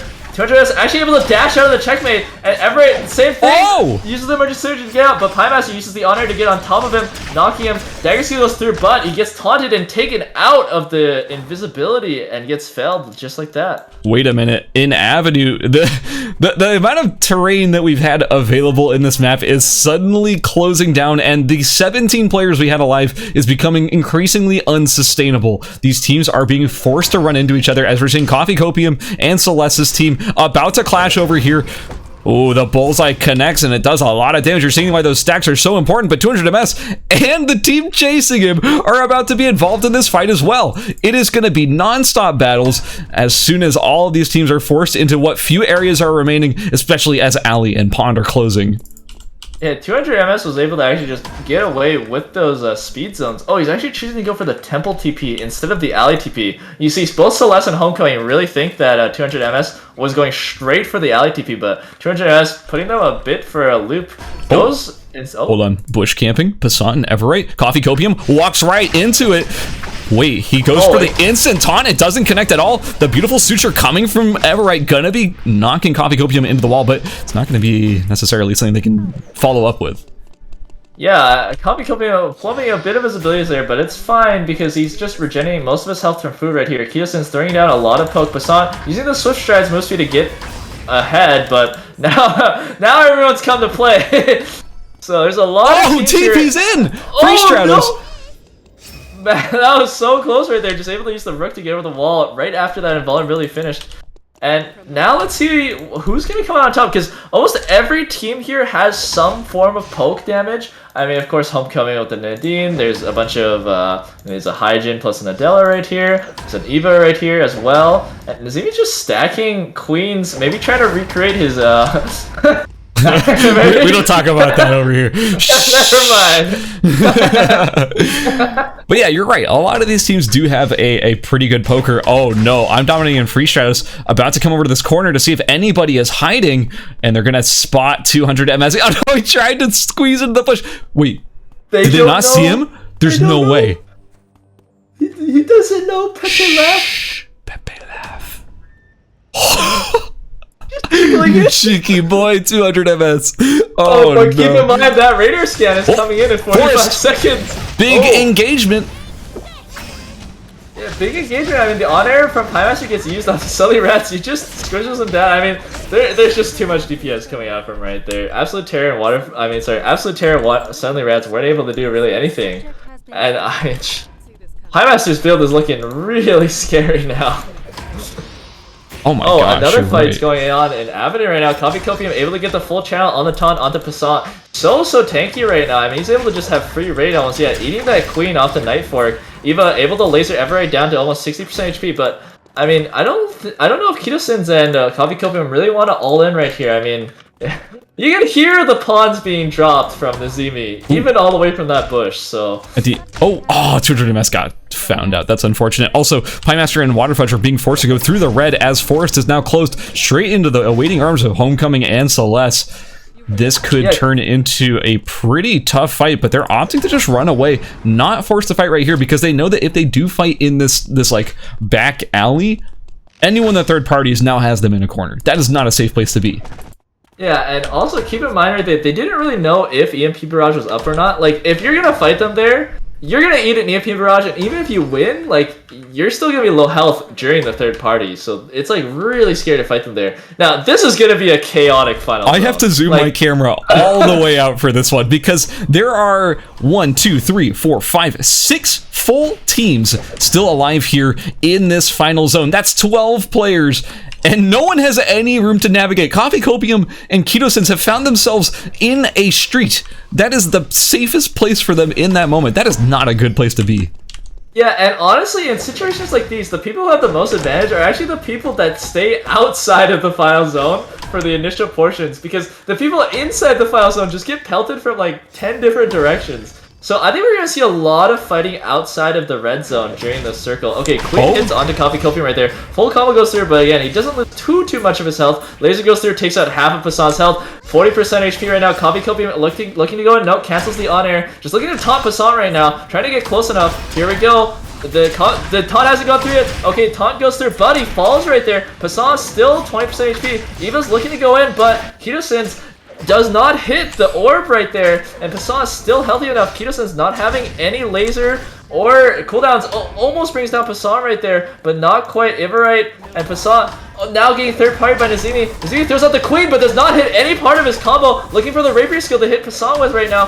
Mizore goes in with the 5 elements, kills Kitosin, But Passan about to explode actually. Goes with the Rapier skill onto Misroy, giving him the kill right there. Everett and Nazimi just fighting in the red right now. And inside the circle, it looks like there's actually been a trap wall going there. I'm dominating, actually able to TP straight into the circle. Celeste and Homecoming, so many mines on the floor right now. Oh my god. Oh yeah, they just cut out a piece of the circle for themselves. Get stunned by I'm dominating, but it doesn't quite matter. Lots of people are actually throwing down poke at Homecoming Celeste. Kind of recognizing that as the strong party. I'm dominating. Falls right there, eating a lot of poke. Free shots on the side. Prep the Queen, just throwing a pawn wall for themselves. Oh my god! Nazimi jumps in, just one-shots Homecoming. Forced to use the checkmate out right there. Waterfudge and Piemaster, full HP, just smacking free shots right now.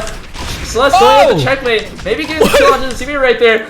Counter checkmate, he's like 3 straight killing Celeste. And now Piemaster and Waterfudge, the last people into the circle, are able to take complete control. Resort about to explode. Dies to timer! Oh, dies to Piemaster right there, and the timer. And Piemaster and Waterfudge are able to take it out of that chaotic final circle with 8 kills total. What did I just watch? Oh. Dude. And it all happens all at once, man. Like, it's a pretty quiet game for most of it. And all of a sudden, every team's just gotta fight for that final circle. Jesus Christ. I appreciate how insane that was, but guys, can we please stretch the action over the whole match instead of within 1 second? Like, we had a minute of all of our teams fighting, and how are we supposed to parse what's going on? It is just Mack trucks slamming into semis, slamming into Priuses. It's just nothing. I just hit my microphone. It is just nothing but like... I don't know how to even describe it. It's just, it's crazy. How are you supposed to parse a fight like that? Yeah, like... We can watch that again, by the way. I want to check it out again so you can see what was going on. Okay, third time's the charm. Let's go. There it is. I'm not even going to try and play-by-play this. I'm amazed that you were able to play-by-play that, because what on earth is even happening here? Things I want to highlight. It looked like right there at the beginning, Free Stratos entered that final zone with 1 second left on his timer. I'm pretty sure. Which means that he had to have picked up a kill somewhere in there to give him the timer to be able to survive? Yeah, if I'm not mistaken. Correct me if I'm wrong. He killed Celeste with the checkmate. After Celeste had used the checkmate, he ran up to like the top and then just like dropped the checkmate on him. I also wanted to talk. It really looked like Celeste and Homecoming were actually gonna take that circle. I mean, they had it looked good for them. Down. Yeah, and like they had bamboo traps and everything, or sorry, squirrel traps and everything. But actually Nazimi, I don't know if he had a queen or if it was a pawn stun, but he just almost one-shot Homecoming, like completely routing them, and then Celeste was forced to go outside the circle. And you saw at the end there, like everyone inside the circle forced to use all of their resources on each other, got brought down so low, and then Piemaster and Waterfall just run in like, hey, we're the last ones here, we still have like all of our resources, we're full HP, we're just gonna go run all you guys over. Yeah. Dude, I've been incredibly impressed with Piemaster and Waterfudge going into this tournament. Like, these players have the biggest brains. Like, they've been not just playing characters that they're comfortable on, but they've been playing characters with just the most insane synergy. They've researched the meta. They know what's good. They're not playing low tiers. They're playing like good characters. They've done the homework, they've practiced, they've put in the work, and it's really paying off for them. It feels like every fight that they're in is completely one-sided, and it feels like every comp they've been bringing out in like every game has been unfair. They're pilot gapping and homework gapping the heck out of this group right now.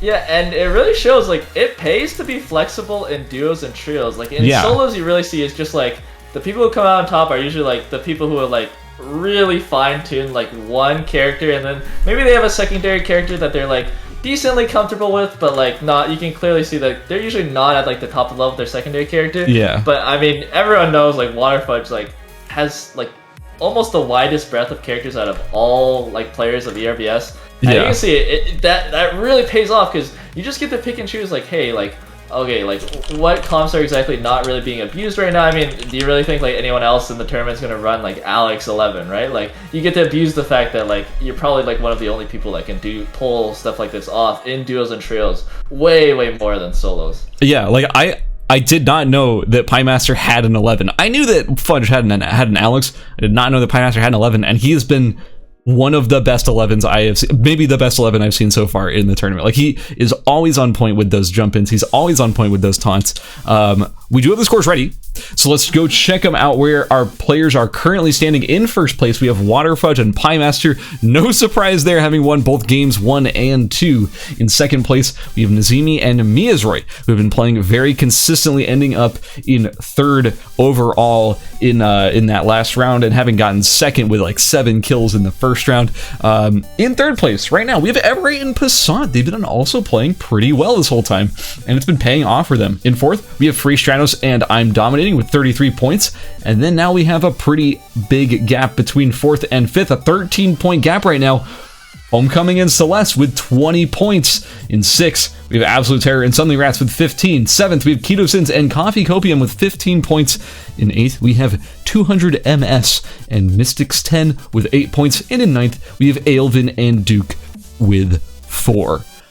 I am of the opinion that every single person in this group is playing out of their minds right now.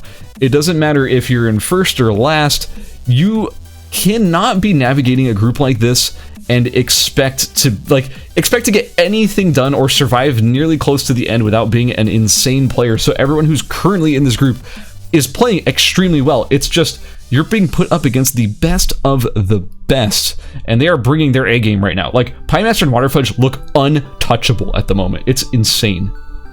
Yeah, especially, like, I want to say, like, you can tell when you're in, like, a really high-level lobby when everyone makes it into the final zone. For sure. It just means that, like, everyone in your lobby has, like, the solid ERBS fundamentals down, which is, you know, picking your fights, knowing how to navigate your builds, and most importantly, knowing now how to navigate the mid-game and how to escape correctly when, you know, zones are closing, you're getting pinched by multiple teams. And, like, planning ahead so you're actually going to be able to survive all these lobbies, or survive till the late game when people that are stronger than you are trying to hunt you down, right? Like, normally in, like, the group stages, we do see, like, some of the weaker teams who maybe don't know how to navigate these really, really elongated games, like, with, like, a lot of people. Like, it's not like solo queue, right, where you have kind of a mishmash. It's like, you know, everyone's playing to survive till that end game, and then you just see, like, it's won kind of by a nice edge at the end once things like that happen. Like, those tiny plays, like maybe Homecoming overstepping just a little bit means, like, oh, all of a sudden, like, his team is out in the final circle. And it's just decided by those tiny plays. Yeah, and we're about to get into the final game. This is where it all comes down to it. We had a lot of people pivoting their comp to their sub-comp in the last game, and I'm expecting to see people... Oh my gosh. I'm kind of shocked, honestly, to see Piemaster and Waterfudge sticking to their guns and sticking with the 11 Alex comp, and also the spicy change, Homecoming on Eva, matched with Celeste on Sua. That's not what I expected whatsoever. Yeah, I think this is, like, similar to the comp they were running yesterday, except they just replaced Zahir with better Zahir. With Eva. Kind of true. Oh no, have Dominic and Free Strats choosing to go for a Bernice Zahir comp. Oh my word, that is spicy. Oh, with the nice Bernice skin. Hello Bernice. You're looking good today. Also, I think for the most part we're seeing the same things. Was Nazimi on Barbara last game? No. Nazimi was on Adela last game. It was Adela, I thought. Yeah. So it's gonna be them playing their Hedgen comp, but swapping the Adela back to the Barbara. They were running Hedgen Barbara yesterday, I believe. Correct me if I'm wrong, but that's... Yeah, I think so. I think they ran, like, I think they switched one character off, like, each time, but I don't quite remember. Which is kind of odd. Not a lot of teams have been doing that, like, rotating in one character. It tends to be like, here's our comp, here's our first comp, here's our second comp. But they were doing, like, that kind of, like, we'll swap the Adela for a Barbara or vice versa. I don't know. It's interesting. Works for them. They're doing great so far, so I ain't here to complain. Also, I'm trying to think, did you see any other spicy comps in there? I saw Adriana still being picked for, I believe it was Aelvin and Duke. Yeah, I think everything else was the same. I mean, Mystics and 200 MS were still on the Fear Kathy. I mean, it was still Luke Nikki, Adriana Yuki, same thing as last game. It was really the Eva Sua that surprised me. And, me too. Obviously the Bernice here. But I think everyone else is actually on, like, a very similar comp to last game, or the same. All right, well, we're into the game, so let's get started. We have, I believe it's 5 people starting up here in archery. Oh, jeez. Kind of surprising. Also 4 people starting in factory, and yeah, I mean... I'm shocked. Yeah, very, very shy. Palpable. Palpable shy. Are you telling me no one's spawning in Hotel Forest Beach, Uptown Dock, Chapel, or Alley? God, no way. No chance. Those are stinky zones. Those are uneducated zones, okay? You gotta go to school, you gotta go archery range, you gotta go to the factory, man. The technologically advanced zones. True. So I'm just gonna assume, I'm just gonna guess here. I was thinking, why is Piemaster and Waterfudge not playing their Shukai comp? Because that has been their strongest comp throughout the whole tournament. And I think what it just comes down to is they're doing well enough that I'm sure their answer would be, we don't want to play Shukai, he's not as fun. Let's just play the Wombo team. So I don't know. Maybe that's the reasoning behind it. Maybe it's not strictly better. They just wanted to play the more fun comp. Yeah, it's probably. I could definitely see that. Also, maybe it just gives people less games to kind of analyze their routing, which is also a plus. But it's probably more along the lines of what you're saying. It's just fun. It's just more fun. So it's way more fun. Yeah. You have Passant over here with Nazimi and Mystics all rushing into the forest area. Aelvin and Duke over here in the hotel, having already met up. I was gonna say their weapons are both done, but no, it's a finished weapon and a white weapon, which is slightly different. I'm assuming that's gonna turn into, what is this? I would normally say it's like plasma sword, but they've yeah, it's plasma sword. Okay, it's already finished. I'm blind. Anything spicy you're noticing here at the start of the game? Bernice is actually going for a Polaris version of the build. Maybe with white rhinos? No, he's going for feather boots. So yeah, this is like the second Polaris Bernice we've seen, which it's surprising, but it does make sense for duos. I mean, they're not quite like the same weapon or similar weapons, but I mean, they both get the job done, so just kind of different. Oh, he actually did go for the white rhinos. Never mind, he didn't go for the feather boots. I think he's passing off items to free Stratos in Chapel right now, but they're getting gone on by Waterfudge right now. Waterfudge throws down the EMP barrage, but he's very, very low. Didn't hit the taunt, actually messed up his combo right there, and he actually just falls. We do also have Celeste and Homecoming chasing down Everite, who has not quite finished their weapon yet over here in Beach, dropping very low. The Don Quixote connects, he gets knocked up, and Everite will be falling here.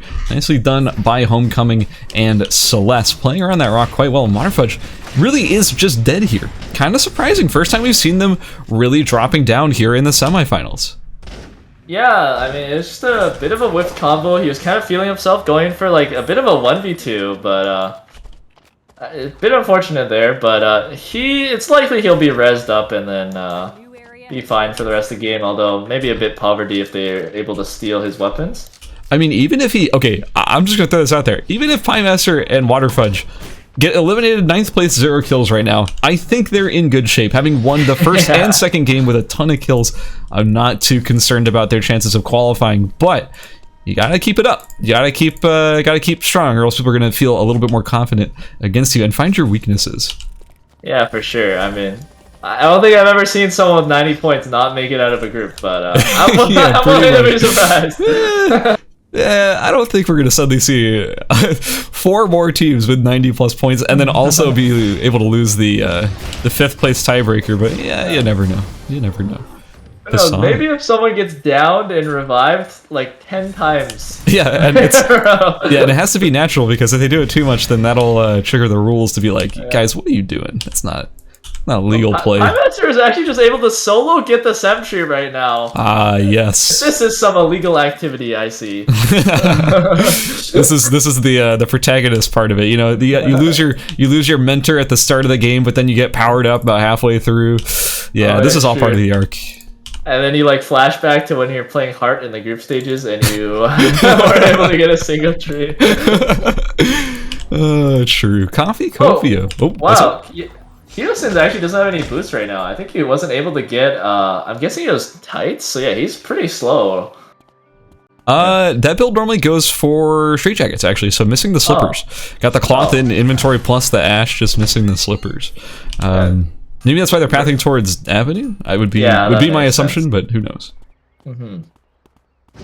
Let's see, what else is going on right now? There's a we meteorite have Passant being chased out by Homecoming and Celeste, but we'll be able to hop over the wall. Pretty standard stuff. So suddenly Rats and Miazroy About to clash. There goes the 5 Omens after the Charm of the Nomad gets thrown out there. He's going to go back in, try and trade some damage, but with that free Electron Laser just pew-pewing out as fast as possible, there's really nothing he can do. He is going to end up dropping there, and Absolute Terror is forced to just run away. Oh, purpose on it.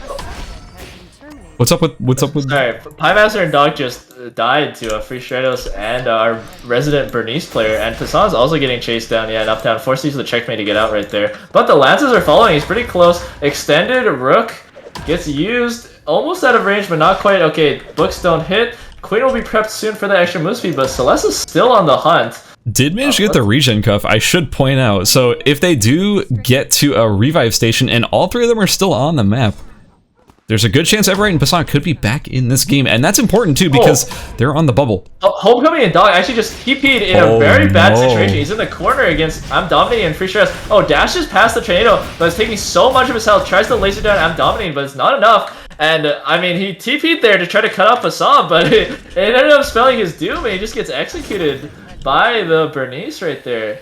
Yeah, very unlucky right there, and that's so bad for them because they're on the cusp of maybe making top 4. So losing Homecoming right there is so bad. Yeah, they were going into this, I believe they were in 5th, right? Which is that, yeah, that's the tiebreaker slot. Like, you need to be making sure that you get those points, and that's really rough. I feel bad for them, but it was a greedy play, and, well, it didn't work out. Yeah, oh, Celeste actually gonna get caught in Dock as well. Okay, never mind, uses the double lances to get out.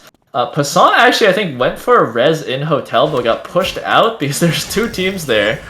Lazimi and Mizu are getting kind of chased by Coffee, Kobe, and Kitosens, but keep in mind, I think one of them, oh, never mind, fight's going on in Hotel, 200 MS, taking a bit of his health to Duke, but not too much because Adriana's damage, not too high in duos with just an Incendiary Bomb, so they're just going to back off and farm a little. There's actually a lot of teams right next to each other right now in both the Hotel School area.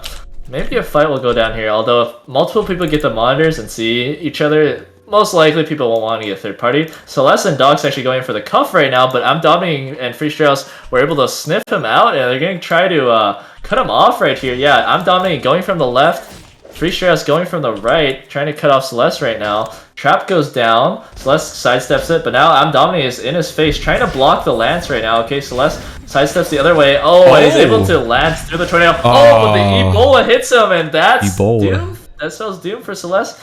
And that means Homecoming and Celeste might be out right there. They only got 1 kill. They're out in 9th place. Can't be feeling too hot about that one. Yeah, that's a rough placement right there. You just mentioned it.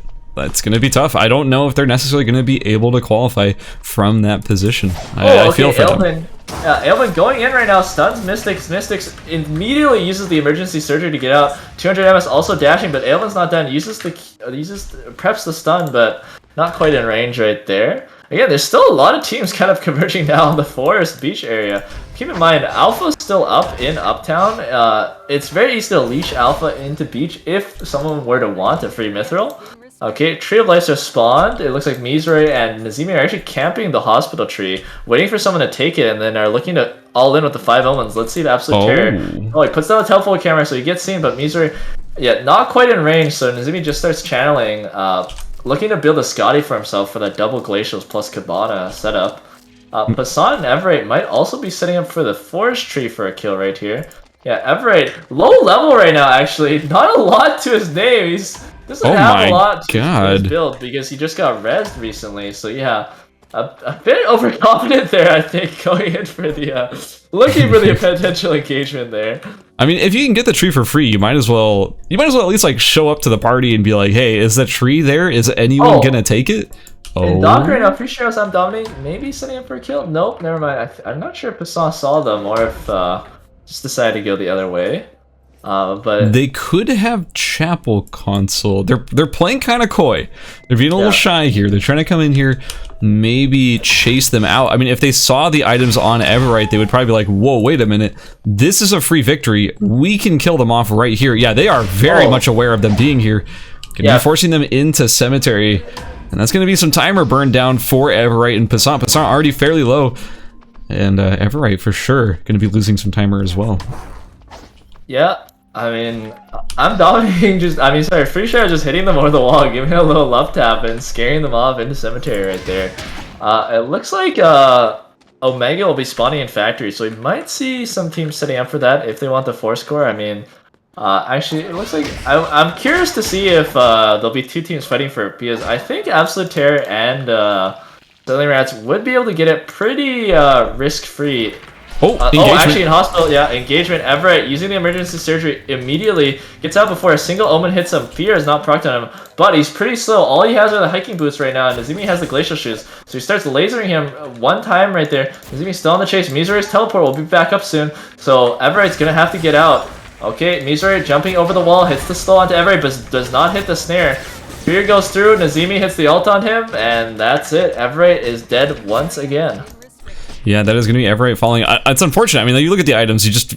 Auto arms? That's a little bit odd. But anyway, you look at the items, you just sort of feel bad. That's what happens when you get revived, is there's a good chance your items were stripped off of you and you have nothing to recover with. The revive is... it's a mechanic, but it's not necessarily the strongest mechanic in the world, because oftentimes you are left very vulnerable. In pond right now, actually, Mizori is getting chased out a little bit by... Mystics and 200 MS. Yeah, you're right. Nazimi is already on the other side. Also, we're seeing Aelvin and Duke getting shoved into the red zone of Hotel after Coffee, Copium, and Ketosins have, like, sort of asserted their dominance in that zone.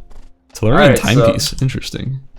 Actually, Aelvin and Duke just TP'd into Doc right now, straight into Free Shadows, and I'm dominating. Okay, Tornado hits, Free Shadows misses the ult. Ebola hits from max range, hits Adriana right there. Adriana dashing far away. Oh my god, 200 MS TP's in! Whoa. Right on top of Free Stratos! Oh no, that is so bad. And now Free Stratos, I'm dominating in the backs against the wall right here, but a nice trap placed down right there cuts off 200 MS's entrance. I'm dominating. Free Shares are gonna have to fight their way out of here. Oh, maybe not. Druk and Aelvin just gonna let them go. They probably heard the TP and know it's multiple teams there. Passant also maybe don't think he has the console, but did hear the noise here. So he's also just hovering right now, prepping a queen. And it looks like every team's just gonna back off from each other. Passant maybe going in for the 1v2? No, just stacking some pawns right there and getting out. So Wick will be spawning in 45 seconds, and the only team that's really set up for this is Nazimi and Mizori, so look for them to get the Wick buff right now. Anything else on the map? Coffee, Copium, and Ketosins actually just pulled Alpha out of Uptown and got that kill. I'm surprised that was still up after all of this time. If Omega's gone down, I actually didn't even see who picked it up. Also, what's all the knee pads? What are you doing? You had grief and glue or something? What's going on? This man is looking for some motors, man. Yeah, he wants his move mastery. Yeah, definitely. 200 MS and Mystics. Doing some chase here on Aelvin and Duke. They want to turn it here. Keep in mind, Passant is not far away. Could jump in on this at any moment. Mystics putting the initial damage. Aelvin dropping low. The coup de grace lands onto 200 MS. The damage is good. The burn from the cocktail party will end up finishing him off. And now it's Duke versus Mystics. And Duke is trying to stick the revive, but backs up as Mystics does approach. Remember, a Suture Thread here would be very dangerous and would definitely stun Duke. The re-engage. But the flamethrower is doing so much. Oh, the Suture Thread misses. This is bad for Mystics. And now Duke knows that they can stick a revive and will not be interrupted by anything except for death at this point. But Passant. I'm dominating. Comes in from the side, pushes out Passant, and now there's 2 free kills looking, or 2. Oh no! Mystics gets out. Misses the W. Mystics is alive. Uses the dagger skill. Hold on, Duke drops to Passant. During all that, Duke tried to jump over the wall, but between I'm dominating and Passant gets the finish with a quick cut, and now 200 MS goes down to I'm dominating. I cannot believe that Mystics is alive right now. What an escape. Yeah, that's so unfortunate for I'm dominating Free Shadows. They have the perfect third-party opportunity. Free Shadows thought he hit the Kathy, so he immediately turns around, but unfortunately just slightly missed his W ability, and then I mean, they got 0 kills out of that, and I think they're really hurting for the kills right now because they want to. I'm pretty sure they're not in the top half quite yet, right? Yeah, not quite yet. I don't believe. Also, we do have the replay prep. Let's check out what happened there in that fight as much as we can get. Yeah, you see right there. I cannot believe that this is how that went down. Originally, it was just these two duking it out between Mystics and Duke.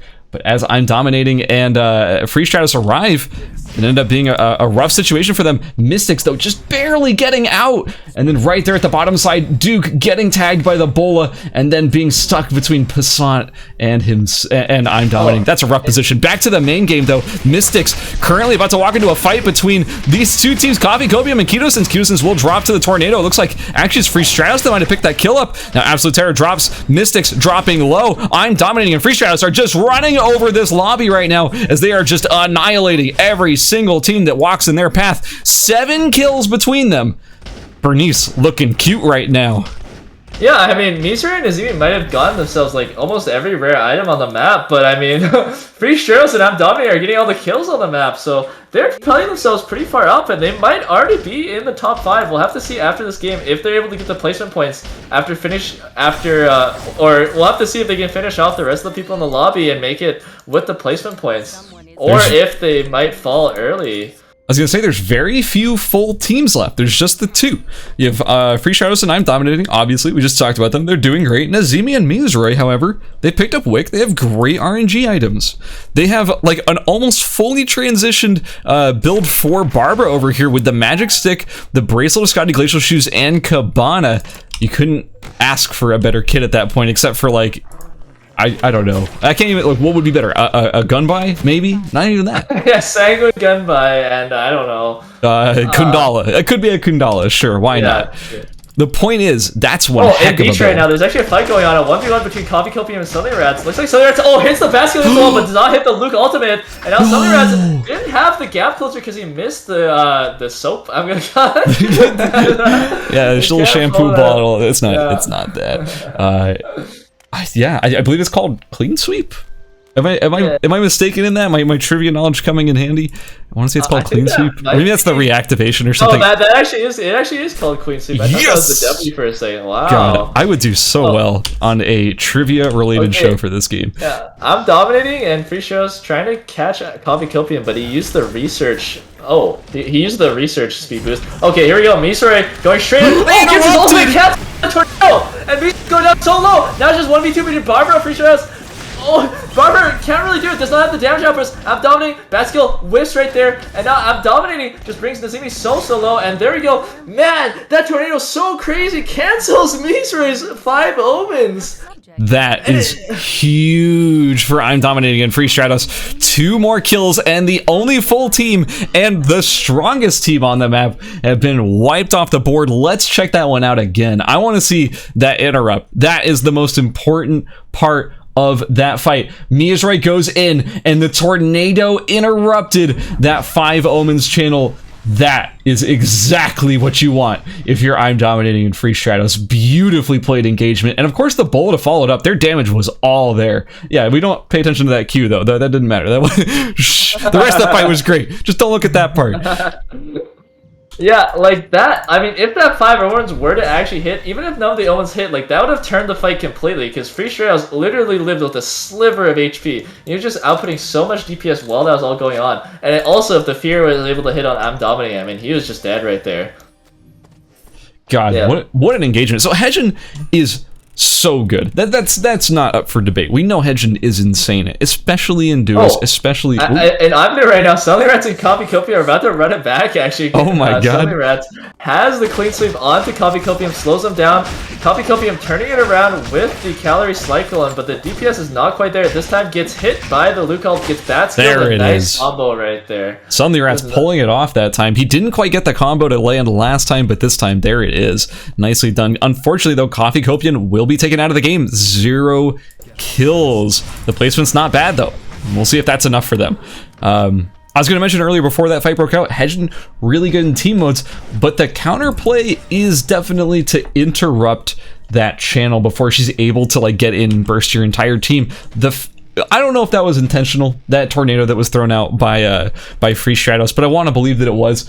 That is huge. That is everything right there, and that is the difference between losing or winning that fight. Oh, it looks like Sunny Rats has been caught out by Free Stratos and I'm Dominating. He gets hit by the Ebola on the beach right now and just loses so much of his HP. And looks like This is where he's gonna fall now. Not too bad, honestly. I mean, in third place, you're not gonna beat Free Strauss. I'm dominating with this setup anyways. I mean, no. 6 star bombs in his inventory. He's got Holy Orders, but he doesn't even want to use it because he's got the Queen of Hearts. All right, Passant, what you got? A Tolarian timepiece and a Jolly Roger. I mean, there's a tasty Holy Orders upgrade on the ground right there in Beach. I mean, you should go pick that up, I think. I mean, that's a little sus. I don't know about that. I don't know. It looks pretty tasty. I mean, he's gonna have his work cut out for him. Yummy Holy Orders. Oh no! Oh god! Oh, the snipes! Too. That poor boar. Oh, the boar is very battered right now. Oh wow, that tornado hit, and yeah, this finishes him off with that ultimate. Well played by Free Shadows, and I'm dominating. True to his name, was dominating that lobby. 11 kills! And I'm not just saying they killed an 11 total kills between them. That is crazy. That is the most kills we've seen in any of these groups so far, I'm pretty sure. So well done, Free Shadows, and I'm dominating.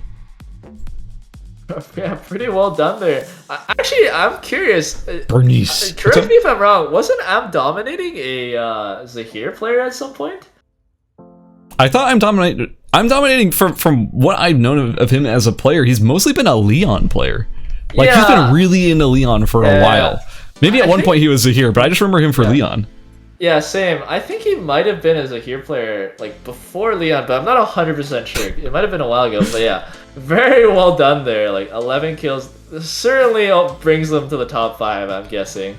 But I mean, if you look at the rest of the lobby, just look at who got kills in the rest of the lobby. I mean, it's like 1 kill from Passant, 1 kill from Suddenly Rats, 2 kills from Nazimi. Like, it was just all Free Strauss and I'm dominating. That's what I was kind of chuckling at. Like, I was looking at the kill board, I was like, man, I wonder how the rest of the ranks have shifted. And it's like, there's a single team that got more than 1 kill aside from them. And it's like, Nazimi Miya's with 2. Like, no one got points from that game except for I'm dominating and Free Stratus. That was their match, and everyone else was just, like, observing as they just was like, oh, I guess it was my turn to get run over by the truck this time. Like, you know, get smacked. Yeah, GG's to Free Stratus and I'm dominating. Super, super well played. And it wasn't like they were handed those kills either. I feel like every single fight that they took was like them playing out of their minds. They played that super, super, super well. Yeah. And I think they're being really smart. I think a lot of that time, they're kind of grabbing the consoles, I think, in between Doc and Chapel, I want to say. Like, you saw them hovering there a lot. And that's where they got the majority of their kills. Like, they just identified, hey, if someone TP's Doc, like, they're kind of stuck there. So, like, if they go there, we're going to go run over there and kind of box them in and then just catch them. And I think that's where they got, like, the majority of their kills. It's worth mentioning also, Doc is a zone with a revive terminal, so there's a good chance that you're going to catch a free kill as someone's going to pick up their teammate, and they're going to be weak, and you can win that fight. So yeah, what a great place. And also Chapel has been a common place for people to sort of path through or TP through in the mid game, so having control of those vision consoles in those zones clearly paid off for them in a huge way. Yeah, so once again, very well done by the duo right there. Yeah, nicely done. I think we're just double checking the scores right here. We'll have it ready for you soon. Yeah, we're making sure the scores are all good because we do go by we go by kills added up, not TK, because TK doesn't count like kills you get on someone who's revived, stuff like that. Those should count as kills by our rules. So we're making sure that the kills are all, you know, properly assigned and all that stuff. I kind of wanted to highlight the fact that Piemaster and I mean, this is no shade whatsoever. They've been playing fantastic in this whole series, but Piemaster and Waterfudge, they ended up dropping very early in that match, and I feel like that in particular changed the entire outcome of the rest of this game. Suddenly, with them not being on the board, you have opportunities for, like, I mean, let's talk about the people who killed them. It was Free Stratos and I'm dominating, and like that set everything in motion where it's like you don't have this really terrifying combo that you have to address later on in the game. Not in play. Instead, you have these beasts who are just dominating, and let's go over to the scores because we do have them up right now. Here we go. Gunnar, you want to take us through it? All right. Well, in first place we have a new leader, Free Strauss, and I'm dominating with 119 points in first place. Jeez. Second place we have Water Fudge and Pie Master, of course, with 97 points.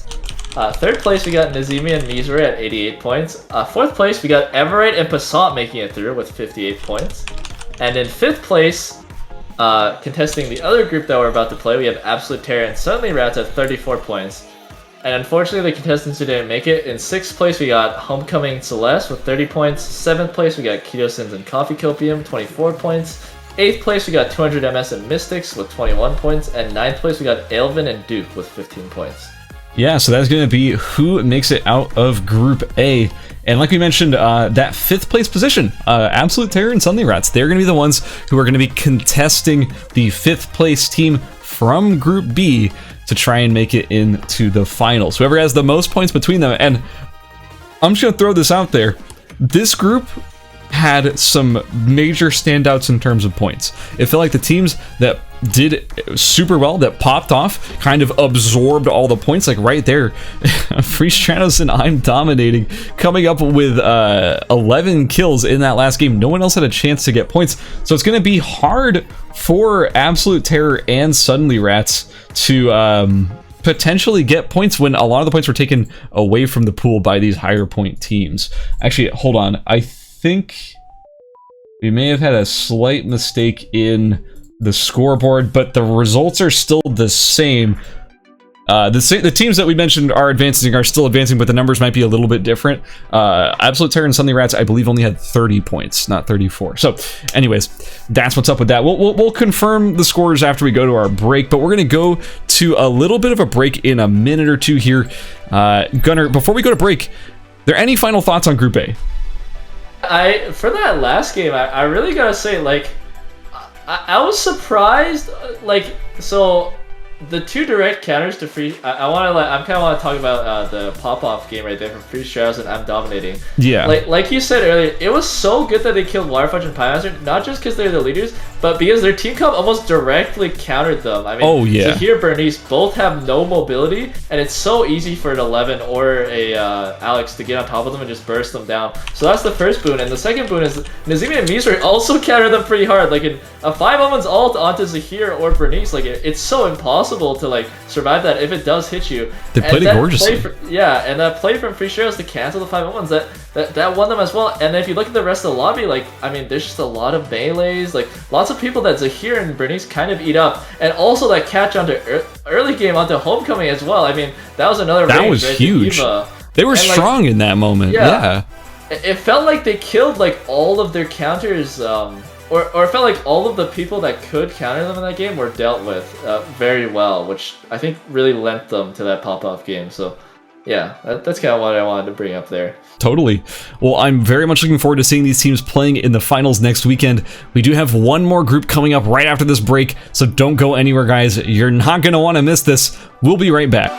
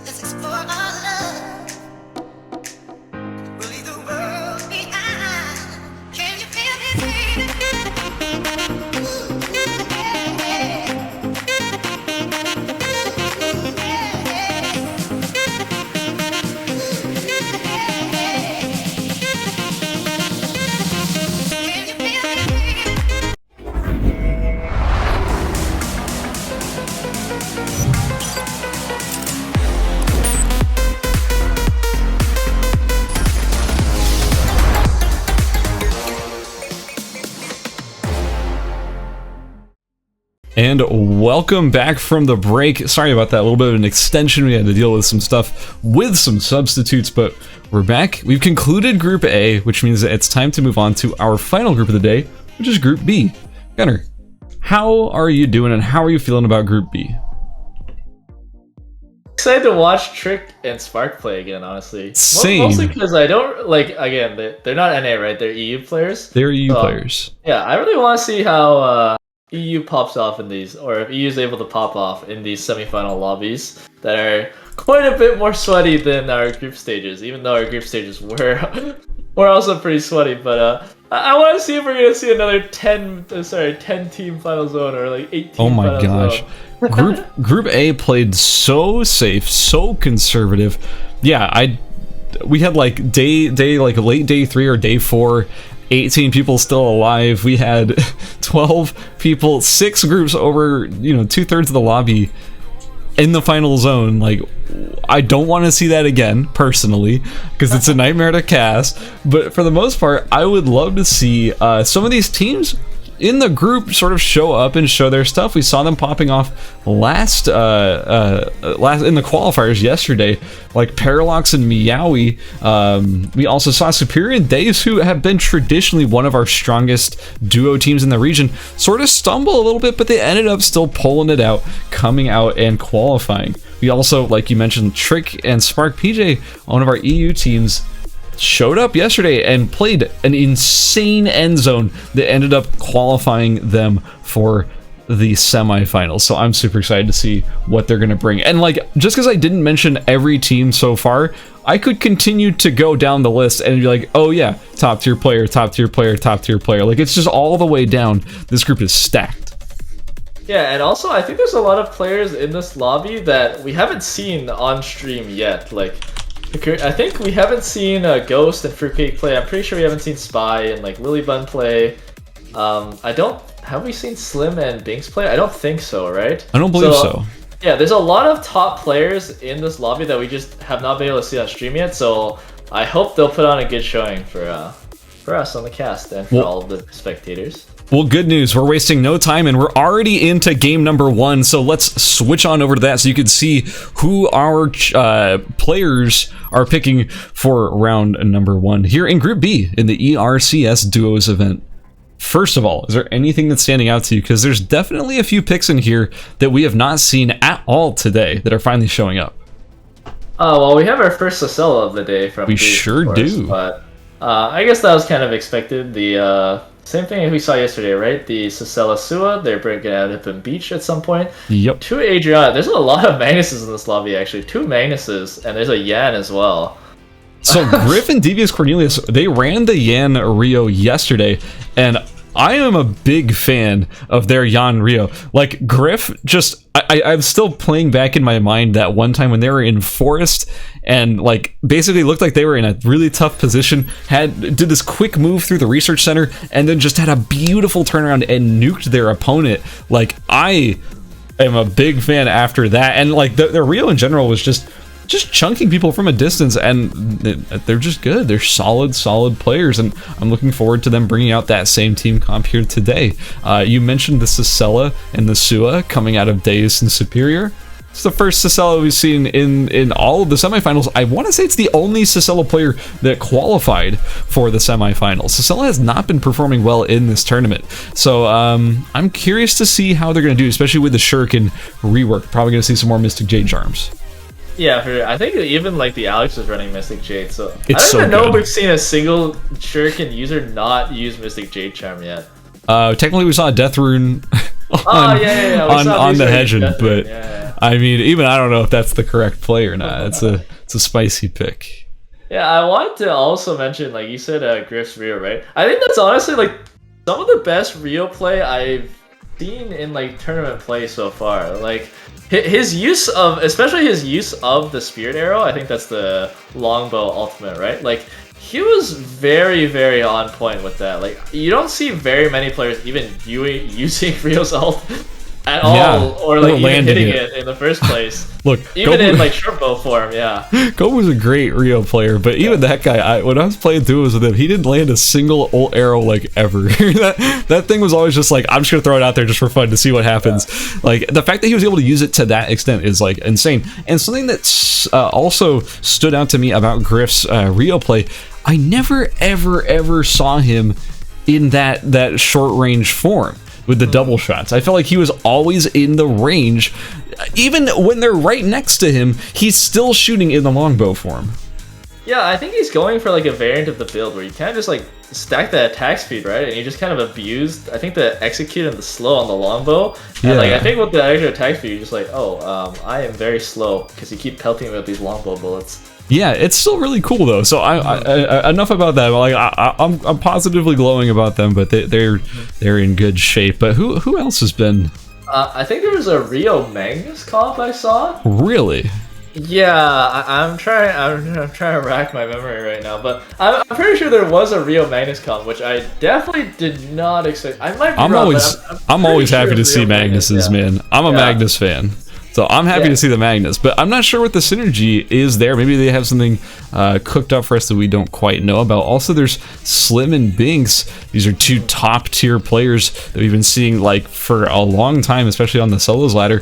They're showing up and they've got some stuff for us, and we don't really know what that's gonna be, but we're gonna see right now as we have gotten into this first match. Slim and Binks, they're playing Shukai. Oh no. Oh no. Oh, yes.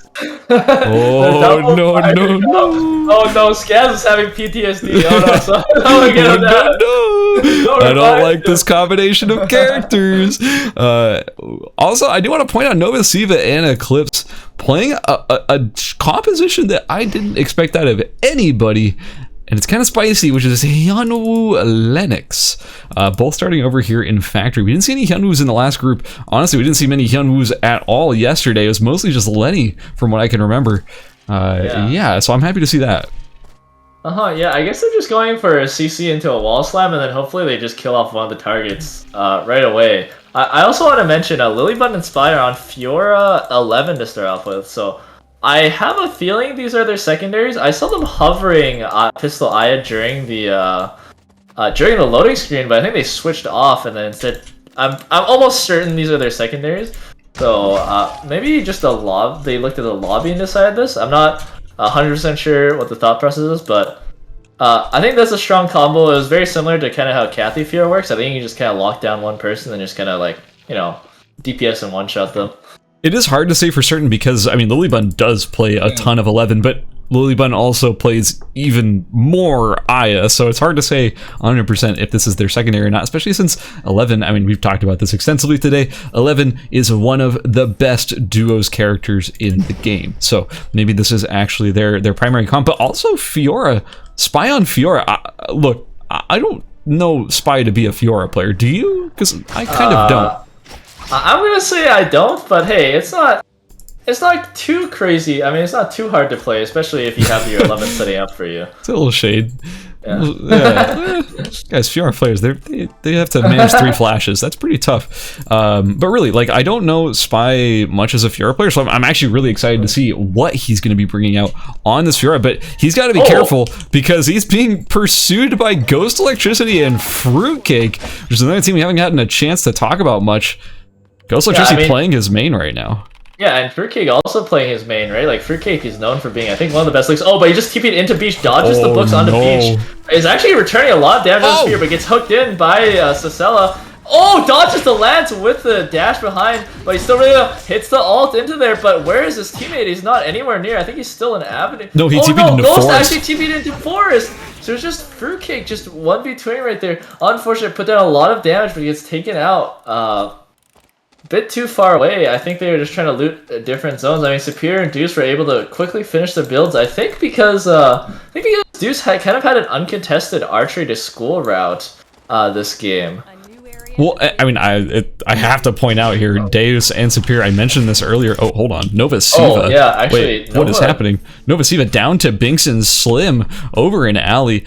These more, I don't know what to say. Like, it's more of like The players who are consistently popping off in tournament play are showing why they are so good right now. They're meeting so early with their teammates and spiking so early. Like, look at these builds. Okay, well, maybe not that one, but look at Slim's build right now. This is an insanely built Adriana at an early point in the game. Superior and Dave's, by the time they killed Fruitcake, had nearly full builds on both of them. Very experienced duo players and very experienced in the game in general. So I'm not surprised to see them having such efficient and fast routing. Yeah, I just want to mention, I mean, Semtree is like entirely uncontested right now, and so was Hotel Tree until Deuce just picked it up. Forest Tree of Life, we all know, I mean, Tree of Life's was to sell very, very good. Double Glacial is very good on that character. Looks like a couple of people might be meeting in Hospital. No, Griffin, Devious Cornelius actually just going to back away from that engagement right there. So yeah, just looks like everyone's kind of far away. Oh, never mind. Meowie spots Devious Cornelius. He's actually going to go, and Devious Cornelius uses the ult, knocks Meowie against the wall. Unstoppable goes out a little bit too late, and tons of damage is going to put out on Meowie right now. Meowie, last longbow shot actually goes to Paralocks. Kind of picking the wrong target right there. Griff didn't auto. The ult kind of whiffs. And Griff, I think, had an opportunity to kill Meowie right there, but auto-attacked the wrong target. Bow skill goes through. Doesn't actually know that Meowie was just resting right 2 steps away from him. He might actually be able to go back in right here. I mean, Yan doesn't have his ult. He might be able to knock him against the wall. No, doesn't get the wall stun. Yan goes back in. Meowie using the Unstoppable right there. Oh, and now Spy and Lilybun on the other side of them. Spy immediately goes in and takes down Griff right there. Lilybun using the ult and taunting. And that's Devious Cornelius and Griff out of the game. 9th place, 0 kills. Unfortunate situation there. In such a prolonged fight, you're eventually going to make enough noise. And I'm going to tell you right now, Pond, for whatever reason, in duos, is a magnet for early game fights. It feels like a zone that a lot of people go to around their 4th or 5th zone, and you get a lot of weird fights around these bears. And that's another example. Devious Cornelius and Griff falling, unfortunately, to a third party by Lilybun and Spy.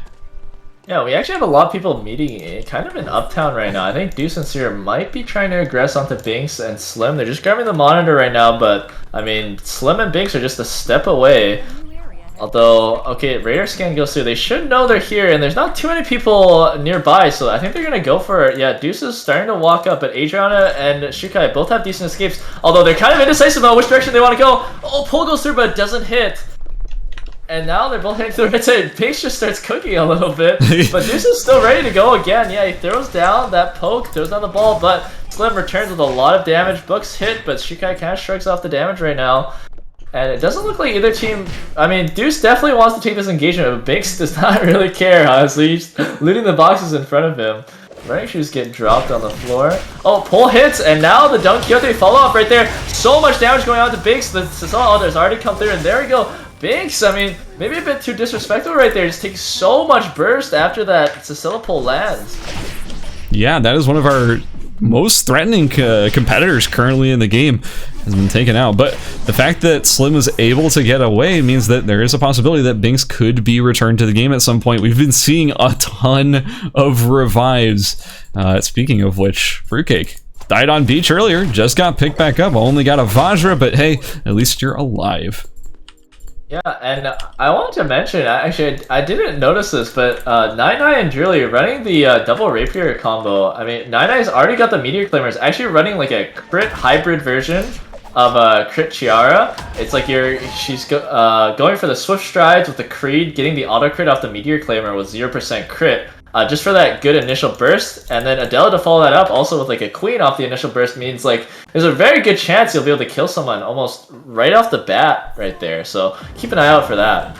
Yeah, also I want to point out, Druli did end up getting that tree, I believe it was the cemetery tree, during that initial fight over with Griff and Devious Cornelius in Pond. They were able to claim the Sem tree for free. It was pretty much uncontested.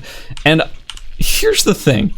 If you are able to get a late tree uncontested, you might start thinking about, wait a second, no one in this lobby is going for that tree. Maybe next game we should be there a little bit earlier. We could probably just get it for free because no one's actually trying to take it. Also, if anyone else has been more observant on the map, they would have noticed the same thing. So maybe we'll start seeing some more tree action starting with the next match. Yeah, for sure. It looks like there might be a fight onto beach right now. No, Deuce and Superior, they're certainly hunting for kills right now, but everyone's Clips and Nova kind of just escaping them with their high move speed, and like, you know, Hyunwoo can always dash away. It looks like most people are just farming right now. It looks like Meteor just spawned in school. It looks like there's two teams going for this Meowth and Parallax. Trick checking the bush with that bow skill, barely ticks Meowth right there. And the oil slick just means that Spark and Trick are gonna have to think twice a little bit about getting this Meteor for free, but they still want it. Oh no. Oh, unfortunate. Slim gets caught as he tries to go for the in red revive, I assume, on Binks, but he gets caught out by Spy and Lilybun, so that's going to be another kill going over to them. Yeah, and back in school, the fight's still going on between the two teams. Spark PJ has gone down pretty low from Parallax's poke.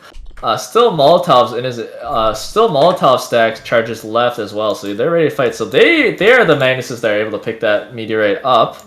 Now Ghost Electricity in Hotel actually kind of caught out right here by Superior, using the okay, nice, uses the teleport to get out, sidesteps the other way away from the dash, and he's a bit caught off from Fruitcake right now though. Fruitcake, remember, he doesn't have legs right now, he just has slippers, so he's very slow. He uses a ward jump right there. Nice camera jump there by Fruitcake. That's that new mechanic that was recently added to Luke, giving him the ability to hop to cameras.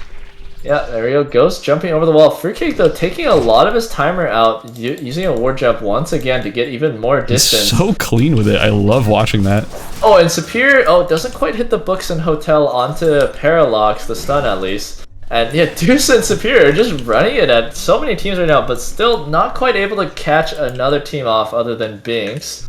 Lilybun and Spy, and Pawn setting up 9-9. Oh, spots Lilybun, but I think they do want it. Yeah, they're walking up, looking for the kill. Druli has the Queen prepped, but Spy and Lilybun quite a bit a ways away, so the Queen expires.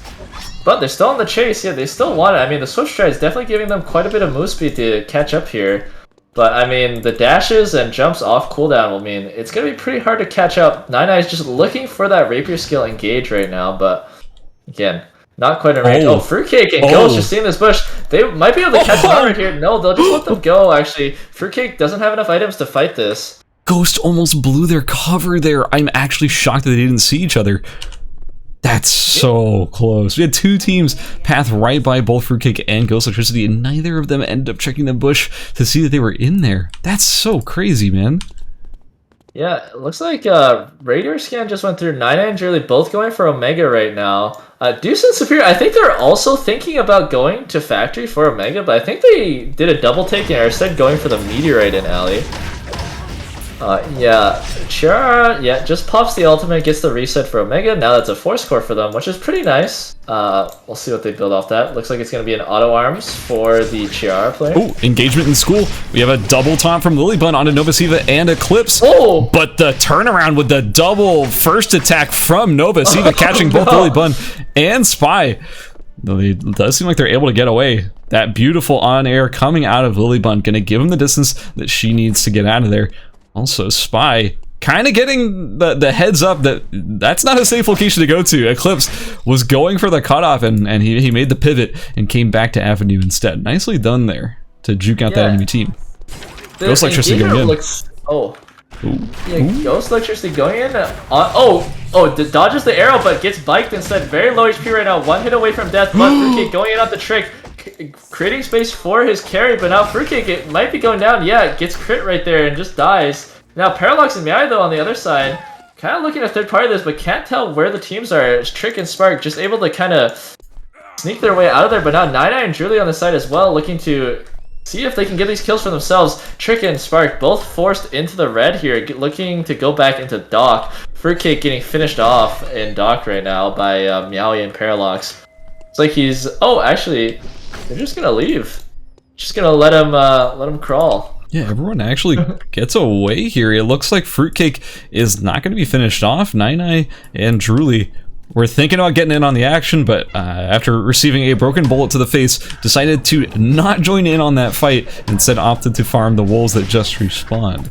Will Fruitcake actually get away from this? This handsome corpse right now.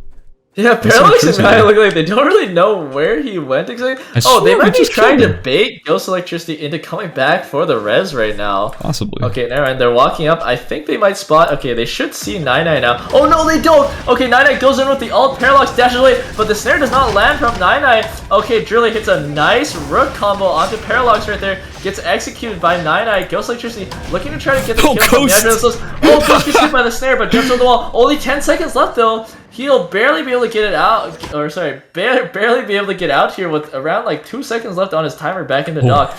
And keep in mind, Free Kick is still alive in dock right now, although it'd be kind of a scary res, so Ghost Electricity just choosing to leave him right there. Maybe playing for the placement points instead. Fruitcake slowly crawling his way into the console bush, but might get spotted soon by Nine. No? Oh man. This is one heck of a rescue story here. If Fruitcake can get picked up here, Ghost Electricity has like almost no timer to work with. So, yeah, they're gonna go for console. Fruitcake's going out the bush! No! Oh, it's done. It's doomed. Fruitcake.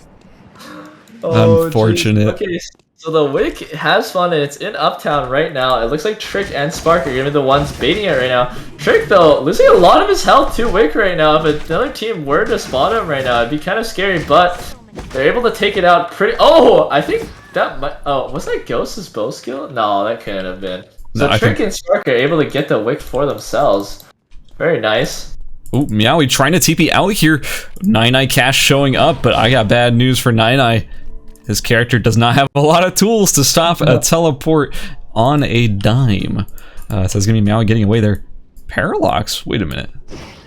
Parallax has been dead. I don't think he can... No, he could still potentially get the revive. Doesn't have the regen cuff, but if he did manage to pick it up, there is still a revive station in the safe zones. Truly, TPing right next to Spy, which means that Nine is not far away. Curious that Spy didn't decide to all in there, but I guess maybe not knowing necessarily where the teammate is enough reason to not go too hard. Lilybun and Spy camping out this bush here. Oh, up in school, it looks like Nine and Julia found Meowie. Meowie forced to ult away immediately.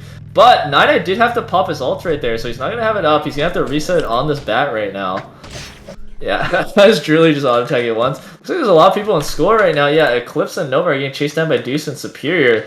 Been in a rock and a hard place. They might not know it yet. Eclipse looking for an engagement. Okay, the pole gets dodged. Books miss.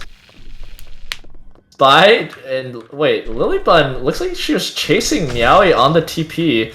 And now that means Spy is caught off away from her. Nine looking to go inside the red. Yeah, Rapier skills onto Spy in the red. And Spy doesn't have a lot of timer, but he's returning a lot of damage right now. 5, 6 seconds left. Not enough to actually die.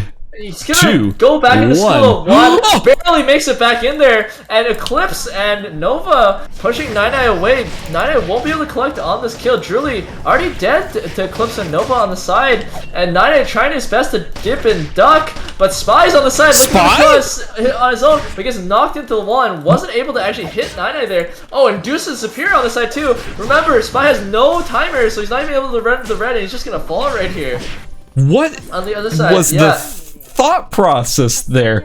I'm so confused. So Spy got away with his life. Lilybun had TP'd over into Hotel, but instead of trying to meet up, he decided to go back in.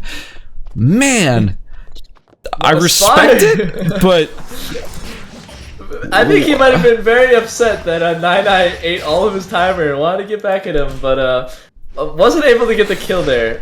Maybe he was just looking for the kill because I'm not sure, honestly. Maybe his eyes, maybe he's just seeing red. Dude, I don't know. The Pistol Aya, I don't know. The Pistol Aya mindset got to him for a moment there.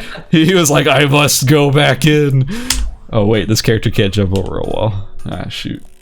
Oh, keep in mind, Trick was actually able to build a Fail Knot, a Taproot, and a Fallen Pegasus, and a Mithril Quiver off of all of those rare items. So, yeah, he's looking very well for himself. Again, he has almost like Sniper Aya, or more than Sniper Aya levels of range in Longbow form now, and plenty of attack speed. So, yeah, I mean, they're looking really good as long as Trick doesn't get bursted down by, I mean, like the Lennox, or maybe like the Sua/Sicella combo. Like, he can pelt the other participants with like a bunch of auto attack poke.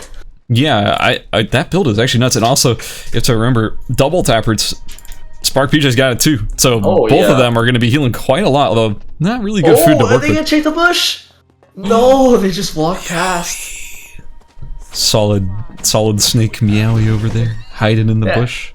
Yeah, remember, there's 3 solos right now, all trying to rat it out for placement points right now. And if the duos are to fight without clearing some of the solos, they're gonna lose a lot of placement points. Whoever dies, just a random fall of Pegasus on the floor. Interesting.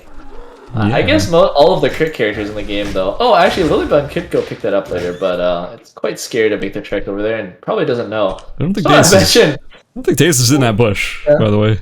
Anyway, Spark PJ and Trick, they're chasing on the clips. Losing so much health, just getting slowed down so much by the auto attack. Just look, Trick is just doing so much damage. Yeah, dodges the stun from Hyunwoo, just auto attacking in longbow form. Look, Solo Execute is doing a lot of damage, and both skill hits centered. Kills Nova right there, and at the bottom, Lilybun was actually able to get the kill onto Eclipse, Lilybun able to get the kill onto Eclipse, both Meowie and Lilybun going for that third party right there, and going to also return to their respective hiding locations. The rats have scurried back to their corners. But keep in mind, Hotel is gonna be the foul zone soon. Lilybun jumping over the wall. Spark PJ sees Deuce right now, just walks straight into him. But yeah, he has the Amazonas right now. He's pretty tanky with the Taproot as well against 2 spell characters. And now it's just gonna be all up to Trick versus Deuce's team. I mean, both of them, it's pretty scary. It's really, I think, all up to Trick's positioning here. If he gets caught out, they're gonna lose the 2v2. If he's able to stay alive and keep auto attacking, I mean, they're likely going to win. It's going to be a very long fight. Ghost Electricity's getting hunted down by Superior right now. Jumps over the wall, but straight into some books. And now he doesn't have a jump left. I don't know how much time he has left. He's trying to stall for a bit of time. He uses the 5 elements to try to get a fear onto Superior right now. Doesn't get hit by the books again, but he's still eating Sacella's Q. Sacella, let's see if he hits the pole. No, shoots it on the other side, but he's very close now. Ghost dodges the books, but he gets hit by the knockup on the lance. Superior misses the second lance.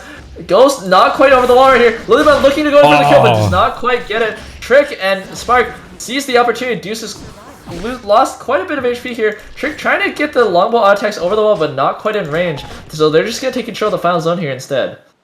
Yeah, honestly, that was almost Lilybun's kill. I thought she had a pretty solid chance of picking it up there, but nope, it was just going to be another kill going over to Deus and Superior. Even though they've been kind of dominating the lobby so far, they don't have a ton of kills, and they're leaving a Sanguine Gunby behind. Yeah, there's actually 2 Sanguine Gunbys on Ghost's corpse. I'm surprised neither of them are using it, especially Superior as a White Crane fan. Yeah, feels like a perfect Trick upgrade. Barely dodged that pull from Sacella right there. That was so close. I mean, if Deuce hit that, that was dead. Trick just playing on the edge right there, showing his mechanical prowess. Now he's walking up again, trying to throw some more poke. Let's see the next one. Deuce is trying to walk up. Okay, now Trick won't have that dash for the next Sacella pulls. He's going to have to play at range a little bit. Superior's placing some fire traps down. 2 fire traps are the only traps. The dog is going to eat both of them, actually. Oh no, that is so unfortunate. Okay, Yummy. Trick sees the Meowie, and now he's just auto-tagging him. Yeah, already down to 60% HP. Spark sees him, walks past him, but isn't able to tank the bike. But now, Meowie's just biking straight into Deuce and Superior. Meowie just gonna try to put down as much damage as he can. Oh my god. The bull skill hits Deuce straight up, and Meowie, before he falls, gets to kill or hit Deuce against the wall. So Deuce falls. Now Lilybun and Superior in a 1v1v2 situation. Spark just trying to create a wall for Trick so Trick can auto-tag Lilybun. Trying to get in from the side, maybe onto Trick right now. Superior on the outside. Okay, Deuce gets finished off. Superior, not too much time left to work with. 14 seconds. Lilybun just trying to stay alive right now, but starts eating the longbow autos. Superior is going to be forced into the zone soon. He only has 7 seconds left. Lilybun does have more timer, although Lilybun is much lower HP now. Superior going to get knocked against the wall. Lilybun forced back into the zone now. Now it's just a game of chicken. Who's going to get focused first? Superior is looking for the kill onto Lilybun right now. Let's see who gets it. Okay, Spark gets the kill onto Lilybun, with Lilybun exploding, I think. Superior now left in a 1v2 situation, and he is certainly not going to win it. And that's Trick and Spark PJ. Yeah, take it. Our EU players, 5 kills, first place. Very respectable. Very well done right there. EU represent. That is going to be Trick and Spark coming up with their first win here in the semifinals. A very strong showing right there at the beginning. We actually have the replay of something that happened during that last fight, and I do want to go there and check it out again. This is the start of the fight. The Magnus, Meowie, deciding to get chased over here into the main zone and putting all of his damage straight onto the combo of Deus and Superior. That is like, that is really what determined that fight there, because I feel like if Daze and Superior had the straight up 2v2 against Trick and Spark, it probably would have been a completely different story. But because that's the way it played out, who knows what would have happened now. Also, you know, Magnus handshake Magnus, apes strong together. It's season 2 all over again. But man, that is one a heck of a way to kick off Group B. Congratulations to Spark and Trick for taking game number 1 with a total of 5 kills between them. Just behind them was Superior and Daze XM with 5 kills as well. Second place, not too bad. And in third place, we had Lilybun and Spy with 4 kills. And honestly, considering how strong they were at the end, I'm surprised that they are just barely behind the top 2 teams in terms of points, because like they were one of the rat teams going into the final zone there, because Spy ended up falling over in school. It didn't feel like they were getting a ton of kills, but I mean, 4 kills, that's not bad at all. Third place, gotta be happy with that. Yeah, and that just goes to show just like another hidden boon of having an 11 on your team. I mean, if your teammate gets completely eliminated, like, I mean, we all know 11 is very good at surviving and running away. I mean, it feels almost impossible to catch that character sometimes. So yeah, very well done right there. Also able, like earlier, yeah, Lilybun was able to also snipe out a kill for herself. Also, like, probably contributing to their high kill count right there. So yeah, very well done all around. A much more even first game, I would say, in terms of like points compared to our last group. But, yeah. Yeah, with like multiple 8, 9, 11 kill games right there. So yeah, definitely a lot more spread out this game, or this group. Hold on. Okay, we do have the scores ready, so let's check out where our teams are currently standing. In first place, we have Trick and Spark PJ with 38 points. In second place, just barely behind them, is Superior and Deus XM with 34 points. Just behind them in third, we have Spy and Lilybun with 27. Our top 3 being the highest in points at the moment by a pretty decent amount. Just below them in fourth is Nova Siva and Eclipse with 13. In fifth, we have Parallax and Meowie with 9. In sixth, we have 99 Cash and Drooly with 7. Tied is Ghost Electricity and Fruitcake with 7. And then Slim and Binks with 6. And Griff at Devious Cornelius with just a single point. And that is where our teams currently stand. I really gotta hand it to Trick and Product PJ. Like, you saw in that last fight, like, not when the Magnuses went in, but when they're kind of poking against Superior and Deuce, like, those plays are not easy to make on high ping, man. Like, the Trick was just like barely dashing out of the Sicela pulls, and like, sure, it looks normal to us because, you know, we're NA players. Sure, our ping might be slightly high, but it's not EU to NA high. Like, being able to just like make those plays where you're barely out of the Sicela pull is way harder on that high ping. So I just have to give another shout out. Just, they're really impressing me right now. For sure. I mean, they impressed the hell out of me yesterday too.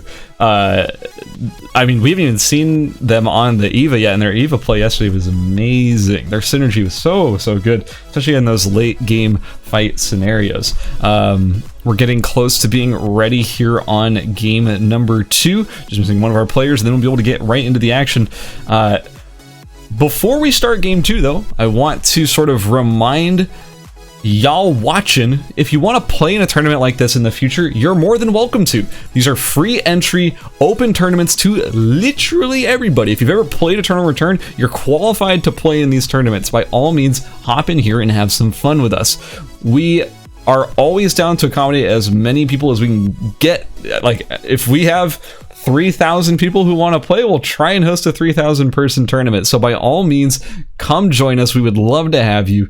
For the most part, though, we are, I mean, me personally, I'm happy to have this duos tournament going on right now because I love seeing competitive duos. In the future, though, we're going to be doing more events for all of the... Excuse me, we're going to be doing more events for other game modes too, such as like solos, maybe squads, maybe some fun stuff. Stay tuned for any future stuff, though. We'll be announcing that through the official Discord as time goes on. But do keep your eyes out because I have a feeling there's going to be some stuff coming up soon. So keep your eyes out for that. Aside from that, though, we're getting deep into Group B. Things are starting to shake out. I'm excited to see the scoreboard the way that it is, because I am really happy to see Spark and Trick showing up at the start of game number 1, but it is by no means over yet. There's still plenty of opportunities for people to pop off and come back. Is there anyone you're keeping your eyes on going into game number 2?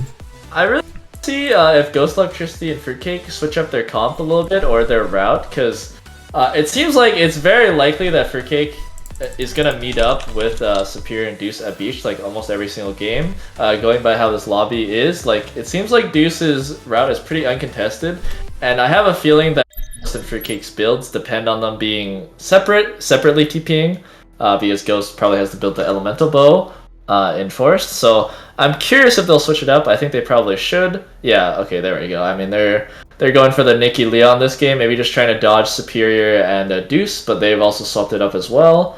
Lilybud and Spy staying on the 11 and Fiora, and you see anything else interesting in this lobby, Scaz? I mean, I'm excited to see 2 Leons. We've seen very little Leon at all, especially in the qualifiers. There were 0 Leons in the semifinals so far. We're also seeing, our second Cicella, which is pretty exciting to me. Overall, this is pretty much what I would expect. It is curious to me that Lilybud and Spy are sticking with the same composition. It is their main comp, I guess. I kind of, I'm not saying I predicted it because I wasn't sure either, but like I wouldn't have been surprised if their 11 comp ended up being their main comp, because they can't both play Aya, right? Yeah, that's true. Yeah, that's one thing I was thinking about in the first game. Like, you put 2 Aya players on a team. Who's gonna play Aya? Yeah, you know they're probably gonna bust it out, right? But wow, that was a fast load. What? Oh my god, that was the fastest load I've ever seen. Okay, bro, I mean, even the computers are ready to run this game. Yeah. Let's see. There's actually 3 people starting in Doc. You don't see that every day, but it's mostly because of the 11s and the Leon. It looks like our 2 Leons are running separate builds. One of them started in Factory, one of them started in Doc. Deuce. Yeah. I was gonna say that the Leon starting in Doc is a little bit new to me. What this might be though is one of those like Divine Fist auto attack based, E-Bad based builds, and so it's probably going to be similar to like Doc Chapel Cemetery with the plasma shield thing. It could also be like an old Leon build where I think you go like Doc Chapel like Pond or something, where you go like the ice gloves. The frost petal gloves, but I kind of doubt it. I don't think any of those builds have ever been relevant in the time that I played Leon. It was mostly around like archery school for the frost petal glove. Leons. I'm just looking at his items. Okay. Dude, I don't know. It's probably Divine Fist. The Saints Relic is tipping me off. It's got to be Divine Fist. Yeah, it's got to be Divine Fist. I'm wildly curious though. Fruitcake looking like he is going to opt for a Bloodwing Knuckle build though. Not something we see a whole lot of. Well, we also just don't see a whole lot of Leon, so I guess that would that would kind of make up for that. Devious Cornelius also switching over to the Sua, which is not something I really I'm trying to remember what Devious's pivot character was yesterday, but I don't believe they ran this exact composition yesterday. No, we definitely did not see a Leon Sua before. No. So I'm excited to see that. Also Ghost Electricity on Nikki. That's pretty exciting to me. Yeah, I mean, I have not personally seen Ghost Electricity's Nikki yet, but I mean, Nikki plus Leon has a pretty good dive. You can definitely stun people for quite a while. I'm not too sure how their damage output will be, but we'll just have to see once their engagements happen. But they certainly have some good escape as well. Worth mentioning right now is that the ASXM and Superior are playing a different set of characters, right? They're on Eva Lennox, but they're still meeting in Beach at the same time. Like, they're really focused on these like Beach second or third zone meetups, and they meet up so quickly, and they're both spiking pretty fast, so they clearly have some ideas that have been working out for them, and they try to implement that on most of their strategies, which is kind of cute. I just think that's kind of neat. Yeah, I just want to mention Nine and Striker this time. Julie was just subbing in for the first game because Striker couldn't make it, but now they're still both playing Rapier characters, but it's a bit different. Striker is running Volta Cleto Crit Fiora, and Nine is running the same running the same build as last time. So they're going for like a really heavy like one-shot comp off of the Chiara engage. So just keep an eye out for that. They're gonna be a lot squishier than last time. Like Adela can take quite a bit more of a beating than Fiora can in the engage. Okay, on spawn, both trees are being taken. Yeah. This is what every game on the ladder looks like, and I don't know why these tournament matches have not looked like this. But the trees are being taken. It looks like it's both of the EVA teams that are going to be securing it. Probably going to be going for some glacial shoes for Days, or maybe a Scotty. I mean, like, you could really go with anything, but it's probably going to be glacial shoes if I had to guess. Yeah, I'd have to guess it's glacials as well. I gotta mention, I think the bracelet of Scotty is a lot more important on the EVA with a fireball, right? If I'm not mistaken, just because it's pretty huge. I mean, I think Scotty is just good in general. Like, yeah. It doesn't matter what version you're running. It's just so good on any character that uses that flat amp so well. I also do... Oh, hang on. There's a chase going down. 99 Cash. Very aggressive.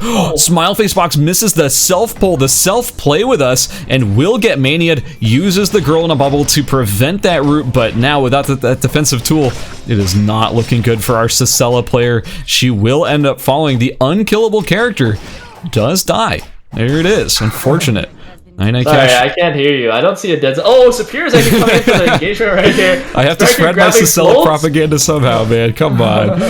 Alright, 99 Cash and Striker, after getting that kill, will be chased off the body, but I don't know if there's a whole lot there for Superior and Deus to loot that they're really excited to see. There's a fight over here in Hospital. Trick, our EU player, getting knocked out by Meowie, the person who actually helped them secure the victory in the last game, and now being their worst enemy.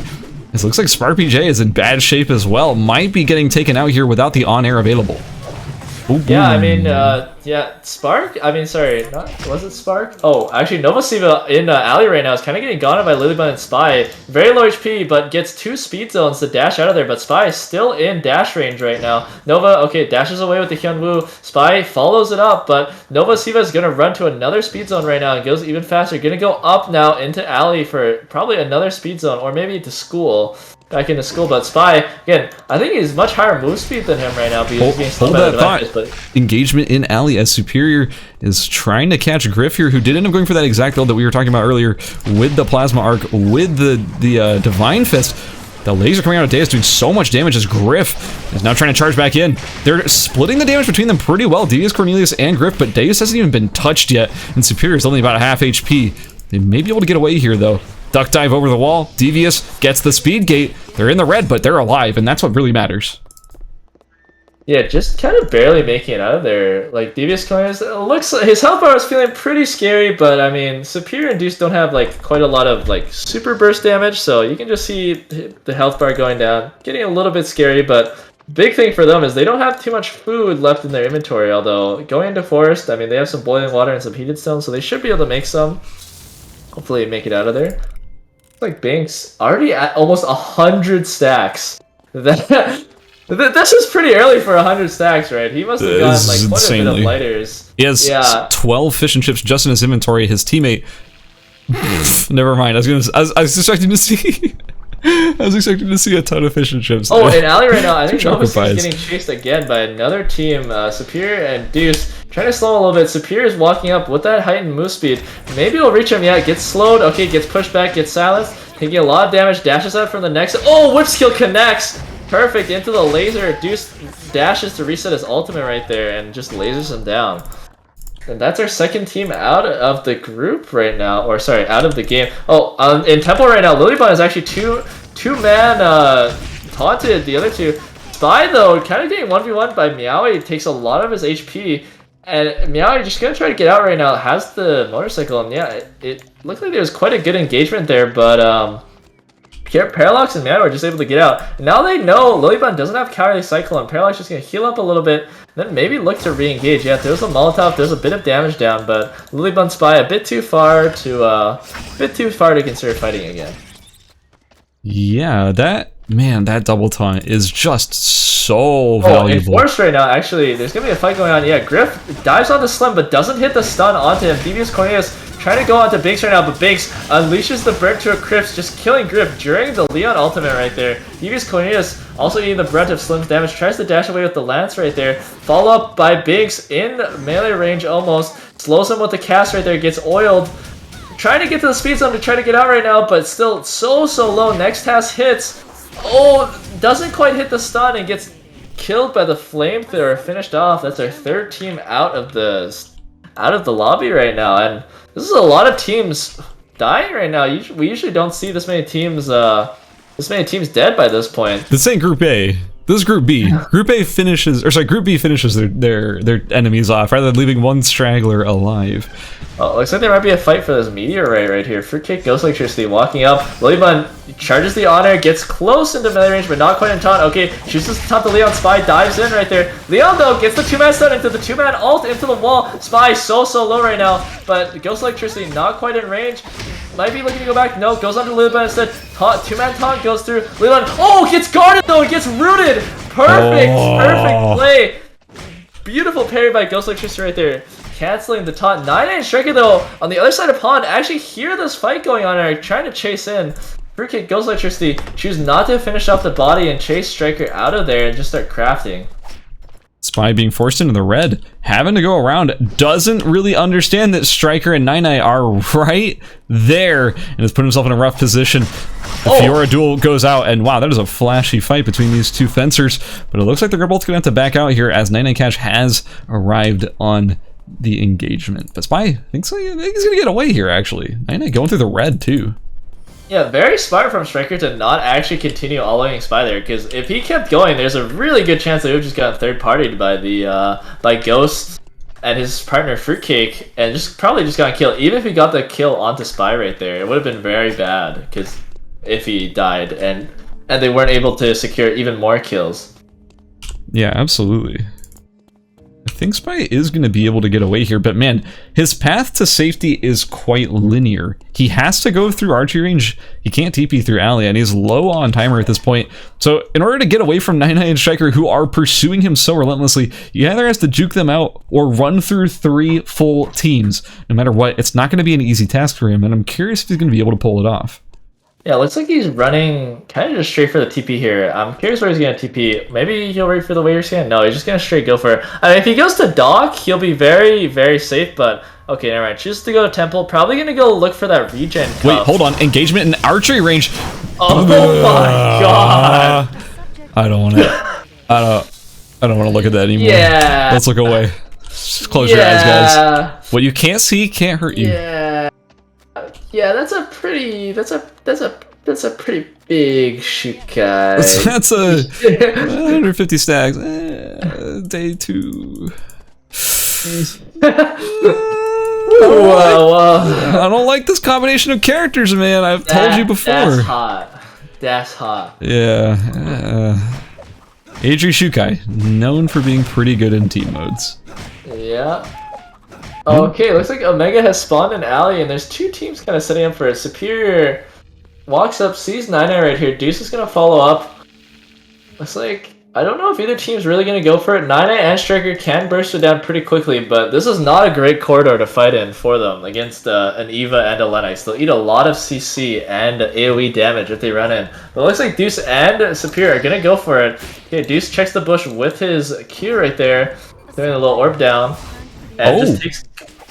Hold on, Lilybun just got revived by Spy over in Dock, using up a lot of his timer to get there. That's kind of cool. Nicely done. Hey, I was curious why he was doing it. Okay, Deuce using a lot of his laser energy right there to take out 9A's shield. Fortunately, I don't think Striker and 9A really want to try to all-in that, because it's very likely they eat just too much AoE damage. So looks like Deuce and Superior are going to be able to secure the Omega for themselves. Keep netting themselves a nice force core. Let's see. Wick is going to be spawning in like 50 seconds. There isn't really any team that's quite set up for it. So I think Wick is going to end up wandering around the Lumia Island for quite a bit before someone decides to go for it at this point.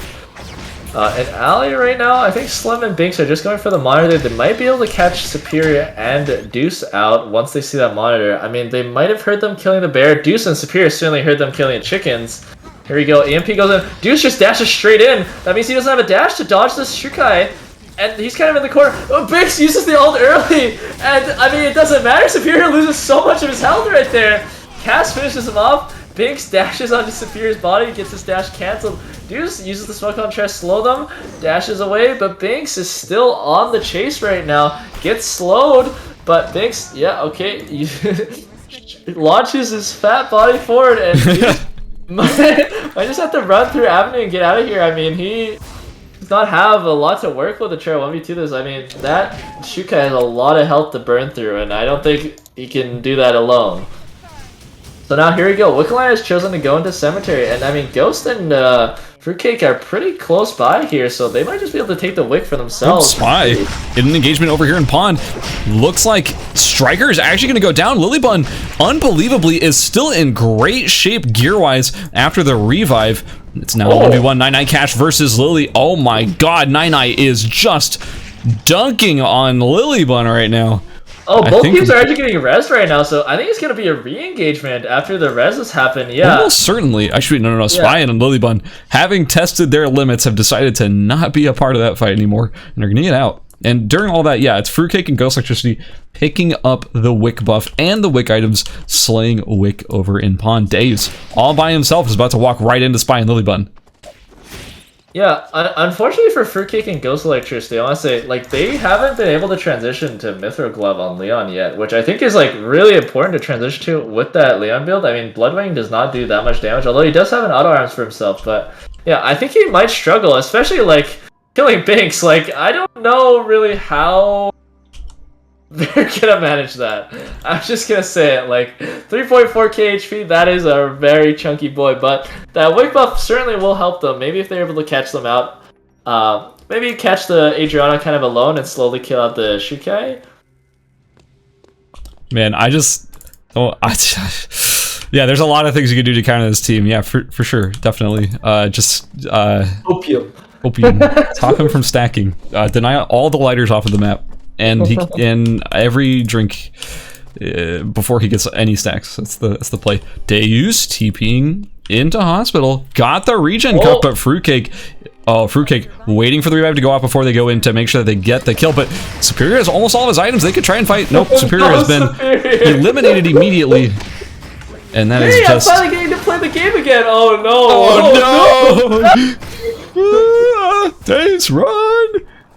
Well, Ghost Electricity, let's see if he has another Nikki Q to work with. He has full range. He might be able to stun him right here. Not quite in range. Oh no, the guard wasn't quite there in time. It looks like Nine and Striker actually are TP'd into hospital, and they're going to run straight into them. Uh-oh, Fruitcake not reacting quite fast enough now. In they're splitting too. Not hit, though. And now Fruitcake just on the run, split off from his team. Deuce might... Oh, he gets knocked out! Don't take Deuce now! Oh my god, alley-oop! Oh, but in Temple, actually, Binks and Slim... Fruitcake actually kind of just walks past them. Slim chooses to not use any of his Molotovs to catch Fruitcake out. Oh, but they're still on the chaser now. Slim, okay, throws the oil on him. Let's see if the Molotov is able to hit. Don't think he's quite in range, but he kites the other direction. Oh, they're actually going on Slim right here. Oh, this is a perfect engagement. They're getting hit by Shukai Ultimate though. Oh, they're both getting hit. God. Nikki dies on the Slim, brings him down. Fruitcake at 1 HP. That's a 1v1 between Binks and Ghost Electricity. But Binks, it just starts rezzing Slim right away. It's very hard for Ghost. He gets hit by the No, he's not able to cancel it. Oh no, get down Mr. Shukai. Oh, so unfortunate. My god. Even the animals are on his side, man. What's going on? I want to see that again. Yo, DJ, can I see that again? Yo, it's rewind time. Yeah, I gotta peep that again. Wait, hold on. Ooh, yeah. Here it is. So obviously, look at that damage. Oh my god, it is doing so much on that burnt to the crisp. And he just goes for the revive. Absolute confidence. Nikki starts charging up the interrupt. Oh, right into the boar. You truly hate to see it. Nice try. Nice try. Oh, well, back in the game, though. Might actually get gone on Binks right here. Yeah, it starts getting oiled, and now the burnt to the crisp goes out. Striker can't really do anything for his team right here. Chooses to dive Slim. Oh, Slim dives in, and now, Nine-Eye's actually turning around on Slim, but reactivates the ult a bit early. Maybe should have waited 1 or 2 more auto attacks. Slim, very tanky with that Mithril Helmet, Queen of Hearts, and Mithril Boots, able to actually live through those 2 auto attacks from Crit Chiara. And that made the difference. They might have actually been able to turn around there if Slim died. Yeah, incredibly, they both survived out of that situation. I imagine having a brush with death and not being claimed. Striker and Nine make it out of there. I mean, God, imagine having a build this good and it still is just... what are you supposed to do against this fully stacked Shukai right now? He is so powerful. But I would mention, kind of running low on food a little bit. The Shukai food isn't really flowing anymore. Down to just 2 fish cutlets. We're not going to be seeing the plus 100s, you know? Nine getting engaged on against Striker, looking for an angle onto Slim right now, but it's quite a difficult angle. I mean, Slim still has his fire escape, yet using his Slim there. Okay, Striker goes in. Oh, gets knocked out by Binks though, gets spear skilled, and keep in mind, Binks' ult just came up, and there it is, the burnt to a crisp. Striker trying to dodge it. Oh, dodges one of the waves, but the final wave hits him and kills him. And now Nine, it's a 1v2, misses the root onto Slim right. Oh, actually, the root hit, never mind, but his ult reactivation goes through, but not quite enough damage to kill Slim right there. And now Nine is just a 1v2, not quite enough tools. Rapier skill goes through, root does not hit. Slim keeps ducking and diving, dodging his abilities, and finally Nine goes down. And you gotta think, I mean, Striker was a bit too eager there, going in on the onto Slim there. I mean, Nine didn't actually have his ult up before Slim did, so Slim actually got his ult up during combat, and then Nine didn't have his ult until after most of Shukai's ult went through. But here we go, Lilybun and Spy on the other side. Slim is pretty far forward. Let's see if Lilybun wants it. Oh, just walks that way. Gets hit by the Molotov, loses a bit of his HP. Keep in mind, Burnt to a Crisp isn't up for another 10 seconds. Yeah, okay, this is their chance. Cancel the fire escape. There's now the taunt. Okay, Slim goes down. Now it's a 1v2. Binks walks away. And now Spy and Lilybun just finishing off the body. Oh, this is huge. Spy and Lilybun, they don't have a lot of kills right now compared to Binks and Slim, but if they can finish off the Shukai here in the 1v2, which you would think a 1v2 would be like, yeah, it's over, let's move on to the next game, but like, this is a Shukai, man. We're talking about 150 stacks, looking strong, yeah, could one-shot Lilybun right here. He didn't even ult yet. He keeps going. Lilybun's down. Wait, she's not. No, now it's a 1v1 versus him and Spy. Lilybun kind of walking back in, and now Binks is gonna be on the chase. Remember, he has a dash up soon. If he's able to hit a cask and a W onto Lilybun, she should be dead. Okay, in close. Oh no, the Kali Cyclone and the Honor able to get Lilybun out of there almost instantly. And now Fire Trap goes down from Lilybun, takes away a sliver of Binks' HP. Spy going back in now. Okay, Spy going in for the 1v1. I don't know about this. Okay, gets Spear Skill, losing a lot of his HP. Burnt to a Crisp up in about 15 seconds right now. Binks trying to get away. Gets taunted though. Uses the W. Oh, and gets killed right there. Good awareness by Lilybun and Spy. Taking out Slim. Maybe Slim playing a bit too far forward there, and it's capitalized by Lilybun, knocking him up in the middle of his fire escape, canceling the full length of the dash, meaning that Spy was able to get full damage right there and finish him off. Man, that was so close on so many levels. The fact that the ult was down, the Burnt to the Crisp was not available for Shukai, for Binks or Slim in that fight, and then Slim gets taunted. I don't know if Spy and Lilybun were aware of the fact that Shukai R was down. Maybe they're like, hey, they just fought, pray they got cooldowns. And it kind of just worked out for them. And even despite that, when the Burnt to the Crisp came back up, the fact that Lilybun survived with like no HP, it was like one more wave would have landed and she would have perished, but that on air was just long enough that she was able to get away. That to me is absolutely nuts. And congratulations to Spy and Lilybun for conquering the fully fed Shukai Adriana. Like, that's insane to me. Yeah, it's incredible that even Shukai without his ultimate, you saw, like, he was comboing Lilybun and Spy both to like 30-40% HP. So just strong. with like a spear skill combo. Dude, for real. I'm blown away. That whole fight was so impressive to me. Yeah, Lilybun and Spy truly said no chef in that fight. No chef. That is going to be it for game number 2. We still have one more game in the group. What are your thoughts coming out of that game? Because I got lots of thoughts. I mean, Shukai just dominated that lobby right there. I mean, just able to get the early 150 stacks. They would just run everything over. Even though they got second, I mean, they had 9 kills. Like, that is more points than I'm pretty sure the first place 3 kills by quite a bit. So they can't be feeling very bad about themselves right there. I really gotta say, I feel like 99 Striker I feel like they could have actually taken it versus Slim and Binks if they were just played a bit more patient after the first engage happened. Like if they were just able to wait it out, maybe fight in better conditions. And if they're able to snipe Slim like Lilybun and Spy did, like they had a really good shot. I mean, if you look at their items, they're very, very strong. I mean, just look at Nine. He was actually really tanky. He has the Mithril, he has the Auto Arms, he has the Sanguine Gunbuy, he has the Taproot, he's the Legion Halo. So strong. I mean, Striker also, keep in mind, he was actually on Bracelet Scotty Glacial Shoes that whole time. For that extra just on-hit damage, we'll call it, or like the flat app damage on his ultimate. So he was kind of ignoring defense. So I feel like they could have taken that game, but they just kind of made a misstep towards Slim at the end there. Yeah, I mean, dude, it was just that whole situation was just everything. And not to mention, look, I'm sure there's people out there right now who are saying, oh, Shukai, Adriana, like that's insane. Like, of course they're doing well, but I mean, there's a little bit of truth to that, but for the most part, you gotta admit, Binks was at 150 stacks in day 2. Find me 10 people who could do that, like, in a tournament setting. In this group, you probably wouldn't be able to. Like, that is an insane feat, the fact that they were able to funnel 150 stacks that fast. The Shukais in the other group were not able to do that. He stacked so unbelievably fast, and we have the scores ready for you, so let's go check those out. Currently in first place we have, I'm shocked, but also not really, we have Spy and Lilybun.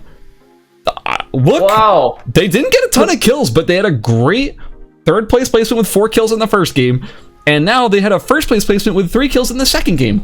Those are both great results. Whether they were complete blowouts of the group or not, they were great results, and they added up to a first place placement with 57 points. Nicely done, Spy and Lilybun. In second place, we currently have Slim and Binks with 56, just 1 point behind the first place team. In third place, we have Superior and Deus XM, our spellcasting duo, with 45 points. In fourth, the EU representatives Trick and Spark PJ with 39 points. And in fifth on the bubble is Nine Cash and Striker with 30 points. Just below them, Ghost Electricity and Fruitcake with 28, Parallax and Meowie with 22, Nova Siva and Smile Face Box with 15, and Griffin Devious Cornelius with 4.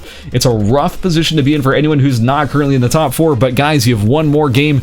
Miracles can happen. Don't give up, because you still have a chance of making it to the finals. Remember, as a reminder, the top 4 are guaranteed to advance.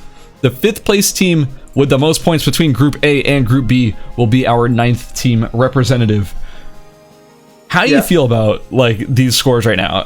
What's on your mind? It actually makes sense to me. Like, Spy and Binks were at 6 points after game 1, and Superior, or sorry, oh yeah, they Spy had a and rough Lilybun first were at game. 20. Yeah, they're at 27 points. So Spy, I mean, like, whatchamacallit, Slim and Binks went from literally the bottom of the leaderboard to the top, going from 6 to 56. So they got 50 points, and Spy and Lilybun got, I think, like 20 something. I want to say. So I think it makes sense. Like, it initially surprised me that Slim and Binks weren't at the top, but after looking at the game 1 points, it makes perfect sense. Actually, they got like double their points from the second game. It really does make sense, and like, it just goes to show that it doesn't matter if you had a poor performance in the first or second game. If you pop the heck off and you make it all the way to the end, win or get close with a bunch of kills, you're good. You can qualify for the finals off of one good game. That is totally possible, and we've seen it before. So also, keep in mind, the 5th place team in the Group A had 30 points. Nine Cash and Striker already have 30 points in 5th place after the second game in this group. So this group is going to be the one that decides who gets the 5th seed. So this group is going to be 1st to 5th that's going to make it to the finals. Oh, wow, you're right. That's actually a really good point. Yeah, I had mentioned this back during Group A. The points in Group A were so funneled to the top of the leaderboard. There was teams just absorbing every possible point that it was hard for anyone in 5th place to get the points that they needed to end up qualifying. So yeah, whoever gets to 1st through 5th in this group is guaranteed, I believe, to get out of this group. And now, look at Spy and Lilybun. It looks like Lilybun has won the rock, paper, scissors for the Aya, and Spy has been forced on that as well. Oh, that's really funny. Curiously enough, we have 4 people spawning in school, which is not the biggest mystery to me, but school tends to be a second zone. I'm curious if that came from, like, a bunch of people seeing each other starting to go to school, and it just went like, well, I guess we got to go to school so we actually get anything out of that zone. Yeah, I think a lot of people are forced to switch their comps now. I forgot what Deuce and Superior went, but this time they're going to be a lot more contested on their materials because so many people are here. I mean, like, first game, I think they're like pretty much uncontested. Same thing with like second game, there's very light contention. So I don't think they'll be able to make it to beach quite as fast as they did in the previous games, but we'll have to see right there. Well, here it is. 5 seconds remaining until we get into our final game of the day. This is game number 3 for the ERCS Duos event, Semifinals Group B. If that wasn't a long enough title, I don't know what I could say to you, man. We have only this last game to go. After this, we'll know who is qualified for the finals. And then next weekend on the official Nimble Neuron channel, we will be going through the best of 5 final series with the best of the best from North America, and hey, maybe might have some EU representatives as well, so keep an eye out for that. And this game, there's actually 5 people who started Doc, so I'm expecting some people to be missing some pieces of their build. Yeah, like, I think both, maybe not both, maybe both of the 11s were first to start there, both Devious Cornelius and the Rio started there. There's 3 11s, actually. Yeah. Not to be confused with the band. Yeah. There's also, Devious Cornelius and Griff, they, on this route, they both start in Doc. So yeah, that is actually 5 people who would all start over there. Man, and that's pretty rough. Yeah, in Hotel right now, Spy and Lilybun are both going Magnum Bow. They're actually kind of holding hands. They both have the Magnum Anaconda. I think they're going to probably share just the materials to build their weapons and maybe just start griefing for the hotel tree after they're done their weapons, or maybe just start griefing for kills. And you see Binks is here. He has a white weapon. I mean, Lilybun and Spy, I think, are already done. Yeah, that's 1 Magnum Boa done. And I don't think they have the pistol for the second one. Oh, never mind, they do. And look, they're both done their builds. Oh, there we go. No. John Parallax right now. Parallax gonna try to jump over the wall, but yeah, there we go. Spy and Lilybun, as we were saying, the double Magnum Bow, the early grief kills come through. And I thought for a second, okay, it looks like Ghost Electricity actually just ran through Binks and Slim, and Binks and Slim started dropping items. I thought that Ghost was actually going to start stealing some items.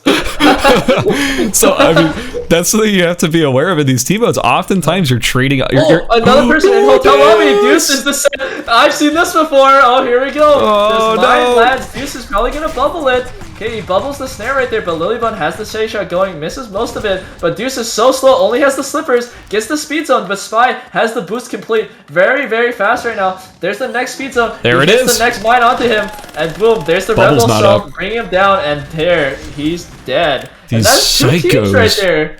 Losing 1 person from their team to Spy and Lilybun, and that's 2 kills. I mean, that's already 8 points. That puts them very, very... pretty much solidifies them to make sure they're gonna make the next part of the finals. God, these absolute psychos just hunting people down in Hotel. There's so many potential victims too. There's 2 full teams sitting in Hotel right now. Oh, but be careful. 9 Cash is full build right here. Yeah, he starts channeling the taunt. Oh, but not quite in range of either of them. This is a bit scary for Spy and Lilybun now. Now everyone else is kind of fierce to build. Yeah, you see Binks' full build. Yeah, Spy's going in, man. He doesn't care. Dude, you have 5 items done. I don't care. Oh, on the other side. Oh, never mind. Dude, his team, he just runs through a team. He saw Night Cash and Striker there, and he's like, oh, there's another team here. I gotta run at them. I gotta run at them. I gotta run at them.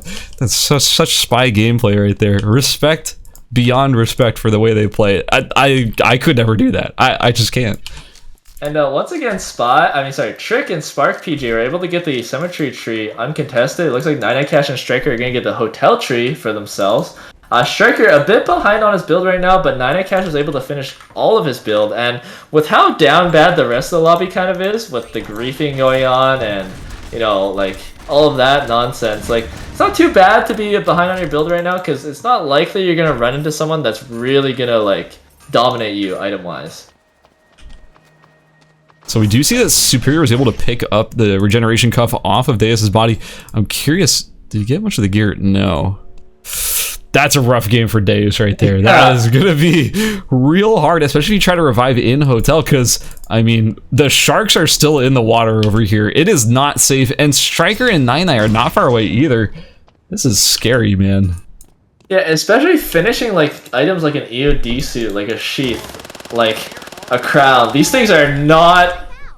They're almost not buildable in these late portions of the game because all the hammers are gone. Superior, don't go there! Don't do it. You know better. Oh. Oh? Oh, is he gonna do it? Is he gonna do it? Superior? It looks like he's kind of going around right now. He must have gotten the monitor at some point. Oh, he's kind of running into Lily Bun right now. Oh. I think Spy is just camping this revive station right now. Yeah, no, he knows what he's doing. Spy is very much aware. He is checking bushes and everything. He is 100% scanning for that. That is just... Look, I can't say it enough. I respect it. You know, that's the game. It's in the game, you go for it, you know? You get those early kills, you know people are going to want to revive nearby. Might as well keep an eye on it. Yeah, and while that was all going They're on... so split. What's up? Griff and Devious Cornelius were able to get the meteorite for themselves, and they're both full build, so I'm curious to see what they're going to be able to do this game, because the first game they ran this comp, they got killed off a bit early, but now they're both full build. I mean, they have a lot of their rare items prepped, so yeah, I'm just curious to see what they're going to be able to do this game. Ooh, Spy. And a little bit of conflict. It's Meowie who may have arrived in the area. Keep in mind, Meowie lost Parallax to, well... this guy. So, yeah, he might be getting flashbacks right now. It's been a day. I is still camping this hotel. It's been a day, and Meowie was trying to, like, he was like, that's been a day. Oh, TP right on top of Spy. It's Slim. There's the blank cartridge. Although the Semtex bomb does not land, so the follow-up is not quite there. Deus gets revived over in Doc. Binks is here to back him up. Binks is right here. Burst down Spy immediately. So much damage right there, and Spy still has his ultimate available. Is he gonna hit it? Yeah, hits it straight on, and that's the griefer down. Hotel is once again safe from the clutches of Spy. Spy's gonna fall down. And The monster has been defeated. In archery, although they don't fight each other. Oh, actually, they might be going for it. Okay, Meowie starts charging up that smack. It slows down Lilybun by quite a bit. Starts auto-attacking here. Hits the Calorie Cyclone ult. And there you go. Lilybun's so low. Gets hit by the on-air and smashed. Double engagements on the map, by the way. We have Devious, Cornelius, and Griff fighting Striker and 99 Cash. Striker getting taken down incredibly low. Will drop, and now Devious and Cornelius and Griff are going to be pursuing 99 Cash into Avenue. The follow-up is there. The roundhouse kick to the face, and Devious, Cornelius, and Griff pick up their first kills of the match. This is the comeback they needed. They're pretty low on the scoreboard, but if they're ever going to pop off and get into that finals, this is the time to do it. And this is the start that they need. Yeah, I mean a lot. Oh, Meowie in hotel right now is getting gone on by Binks and by Slim. And oh, his on air. He actually failed his on air. He went for the instant on air over the wall, but he actually missed it. So he just did it in place, and now he doesn't have on air to escape with. And then yeah, he just gets taken out like that. Yeah, that is a little bit unfortunate. Oh, and Temple, Ghost Electricity just got hit by Griff's ultimate from long range. He got slowed, but oh, he just gets the dash away. No harm, no foul. Yeah, it looks like our glove gang is going to be trying to escape from, well, their other glove brother and the crazy bow lady. It's gonna be, I don't know. I feel like Leon Nicky is something we saw last game out of this team, and it had some pretty explosive turns in some of these fights, so I wouldn't be surprised if they end up actually doing pretty well. I do want to check in on Deus and Superior. That health bar is not giving me hope. That's a build right there. Man, Superior has his work cut out for him because his partner is looking like a one-zone champion at the moment. Just the Mystic Jade Charm and not a whole lot else. It's okay. It's actually a big brain strat. You lose your health faster, so you get more damage on your passive earlier. I think it's actually smart, you know? Just don't pick up any items. Yeah, just don't build anything, Forehead. Your build's complete if you put nothing in your build. Let's see here. They're still being chased out by Griff and Deepest Cornelius. Yeah, also Griff has the Mytho right now. He can make the Mytho quiver soon, which is, I mean, on this type of Rio build, it's really, really good with the extra attack range. Just be a little hope. We saw it earlier. Really good. I'm sorry, I'll stop now. Trick and PJ, how are they doing? Trick has got the Glacial. He's got the bracelet of Scotty right now. And Spark PJ's build, I mean, you don't even need to really go to transition pieces on that character to still be pretty strong, but a Peacebringer is nice. Ooh, in archery range, we have Ghost Electricity getting split up from his teammate, and unfortunately running right in between two teams at the same time. A beautiful parry gets him out. Smileface box now in trouble. Nova Siva trying to back up Griff, or trying to back up his teammate and attack Griff. Smileface box does go down. DD's Cornelius and Griff, they're kind of just doing it right now. This could be the comeback that they needed. Nova Siva gets slowed. Devious gets closer. The knee. Leon misses the stun, and now they're both chasing after the Rio right now. But the Rio turns back for an auto attack and eats 2 ults. I cursed it. Oh man. No, Devious and Griff were doing so well there, but after Ghost Electricity and Fruitcake were able to meet back up again, they just turned the fight in their favor. That is an unfortunate position for Devious, Cornelius, and Griff, because they were just doing it, man. 4 kills. They were looking so good. Yeah, it was so close. Like, I think if the Rio, maybe if she just kept running, if she was able to dodge out the Rio, the Nikki ultimate for just a little bit longer, maybe they could have kept doing it, but man, just cut short a bit there. But Devious Cornelius about to go in for the res. I mean, there's still 2 res stations up, 1 in hospital, 1 in hotel, and I don't think they took, I think, yeah, there's still half of Rio's equipment available, so they'll need to rebuild a little bit, but it's not the end of the world. Oh, it doesn't look like Devious Cornelius is going to go for it. Looks like he's going to TP away first. He TP'd in archery range. Oh, and Binks and Slim certainly heard that. Devious Cornelius sees the radar scan, sees there's 2 teams in between them. I don't know if Fruitcake and Ghost Electricity are going to go for this. They go straight for the TP. Okay, Binks hits the Striking Tiger onto Devious Cornelius right there. Devious Cornelius goes into the red, and then goes and ducks into alley. Probably going to go try to pick up his teammate's body, his regeneration cuff right there. Yeah, so something I want to point out is that it was Ghost Electricity, I believe, took the Fallen Pegasus and the Optical Camouflage suit off of Griff's body, and then hid the Fallen Pegasus in a chicken body. So that thing's gone. That's off the map. That's pretty BM. But also the camo suit's out there somewhere. We don't actually know where. But yeah, there's actually 2 chests on top of the Luke's body, so they might. I mean, Devious Cornelius saw it, so they'll just be able to walk over there, probably grab it for themselves. He's doing it. He's got the cuff. He's acquiring the cuff right now. He's kind of getting it, no problem.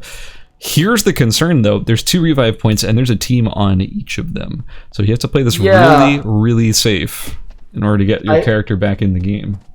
It looks like Fruitcake and Ghost Electricity. Oh, never mind. They're just waiting for the walls. But I was about to say they might be camping the revive station a little bit, but it looks like they're just getting back up. Keep in mind the forest tree is still up. If one team does want to tank red for it, just for like an extra Scotty or an extra Glacial Shoes or something, they could potentially do that. But it looks like Slim and Binks are taking Omega for themselves. Didn't actually realize Omega was still up at this point, but yeah, there we go. There's a force core. Devious. Devious is TP'd into hospital where Deus and Superior currently are. Gets the revive off. No. They trade the equipment. Here's the engagement. Remember, Deus is not fully built. This is a fight that could be won, even though Griff is down 2 items. It is all up to Devious to carry this fight, and so is Superior. They're actually chasing them out. They're going to survive this unless Devious gets caught here by Deus. Oh, there we go. The Rio ultimate comes through, slowing Superior, giving Devious a little bit of room to work with. Devious dives free. Forward. Yeah, they're out almost. Devious Cornelius is going the other way. Is that speed zone up? No, it's not. Doesn't quite get hit by the sweet spot on the books. Gets pulled, does not get hit by the pole right there. Keeps dashing away. I mean, you think they might have to turn around and fight this. Oh, nice. Uses the Jan ultimate right there. There it is. As for kiting. The protagonists, man, they've got to come back. They can do it. Devious, Cornelius, and Griff.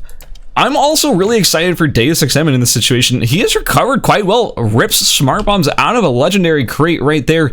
Is just missing 2 pieces of gear to be technically full build, even though may not necessarily be the pieces of gear that they are looking for. Ooh, Wickaline skating on over to Chapel. Only 1 team there to contest it too. No one's even slightly in the area. Glacial Ice and Amazon is going to be picked up for Deus XM because they got the tree. And they found some ice. Wickaline looking like a free kill for Devious Cornelius and Griff at the moment. Yeah, Devious Cornelius taking a lot of damage from the Wick though, but it should die before he dies. Although it'll be pretty close. Yeah, there we go. So there's the medkits and there's the VF blood. I think that Superior and Deus TP up to archery. Hold on. Binks and Slim are in the area and they are so built at the moment. And their mastery is insane as well. I'd be really concerned if I were Deus or Superior. Yeah, for sure. And I mean, Hotel and Archery, they're both closing in a minute, and there's 2 teams already on beach, so we might be seeing an engagement on beach sometime soon. Trick and Spark PJ able to get the monitor for themselves, so they'll be prepared. I'm really curious if Griff is going to be able to finish his build by the time the zone's closed and they're forced to fight, because again, yeah, no chest piece, no head piece. I mean, it doesn't feel too hot. Oh, in the hotel right now, there's an engagement going on. Binks getting down so low, but all of the cooldowns are used right there. Binks, half HP, Slim, full HP, going in, can just run and take a lot of damage right there. And now the monitor should be seen. I mean, Trick and Spark PJ might be coming this way. Yeah, they come straight here. Ghost Electricity's Fruitcake healed up quite a bit off of food right now. Okay, nice guard parry. gets used. Ghost Electricity does not hit the stun. Slim gets poked out a little bit. Trick and Spark PJ are just gonna let them go. Actually, they know there's 2 teams here, so it's a bit difficult to use all of your resources, so they're just gonna let them go. Trick is looking pretty good right now. I mean, still has that Braceless Scotty probably from that first tree. The tree in the forest is up, but I don't think anyone's willing to risk their timer to go get it. Deus and Superior are going to have to funnel back through the zone. Keep in mind, Deus has an EOD suit now and almost has a finished crown. This is almost an entirely built Deus, but right in the corner, Binks is surprising them, and now they're fighting in the restricted zone. Superior, Don Quixote's away. We have Deus throwing out the Caltrops, doing damage to Slim, but man, the damage is not really going where they want it to be. Binks and Slim are doing so much work and not quite losing as much HP, but there it is. Deus is doing so much damage on the kite. Wait, the timers aren't looking too hot right now. I mean, we might be seeing 2 explosions right here. Yeah, 6 seconds left, 5 seconds, 4 seconds. No. And they know their fate is sealed, and they all explode. Was it worth it? I mean, oh, okay, Superior going at the Don Quixote Fruitcake and Ghost Electricity. Oh, Superior actually dashing the other way, and now the books, oh, the parry gets through by snare, spell shield, but not the stun. Next, Don Quixote gets used to get out. Fruitcake very fast, though. Spark PJ and Trick 69 on the side, though, going get the kill onto Superior right now. That's a huge third party. And now it's a 2v2v2. Spark PJ and Trick, they still have all of their cooldowns up. And looks like they're just gonna loot Superior's body, take a bit of their items, switching out the Cardinal robes for that EOD suit.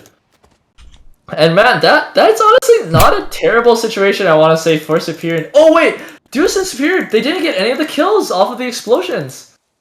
So they just got finished off. They have 0 kills. No, they should have gotten kills. Yeah, I guess they. Yeah, it counts for 2 kills. That count. Right? Well, yeah. At the very least, even if the system isn't counting it by the rules, that counts. So yeah, in that situation, actually, Deus gets the kill for both Slim and Binks, and Binks and Slim get 1 kill for Deus.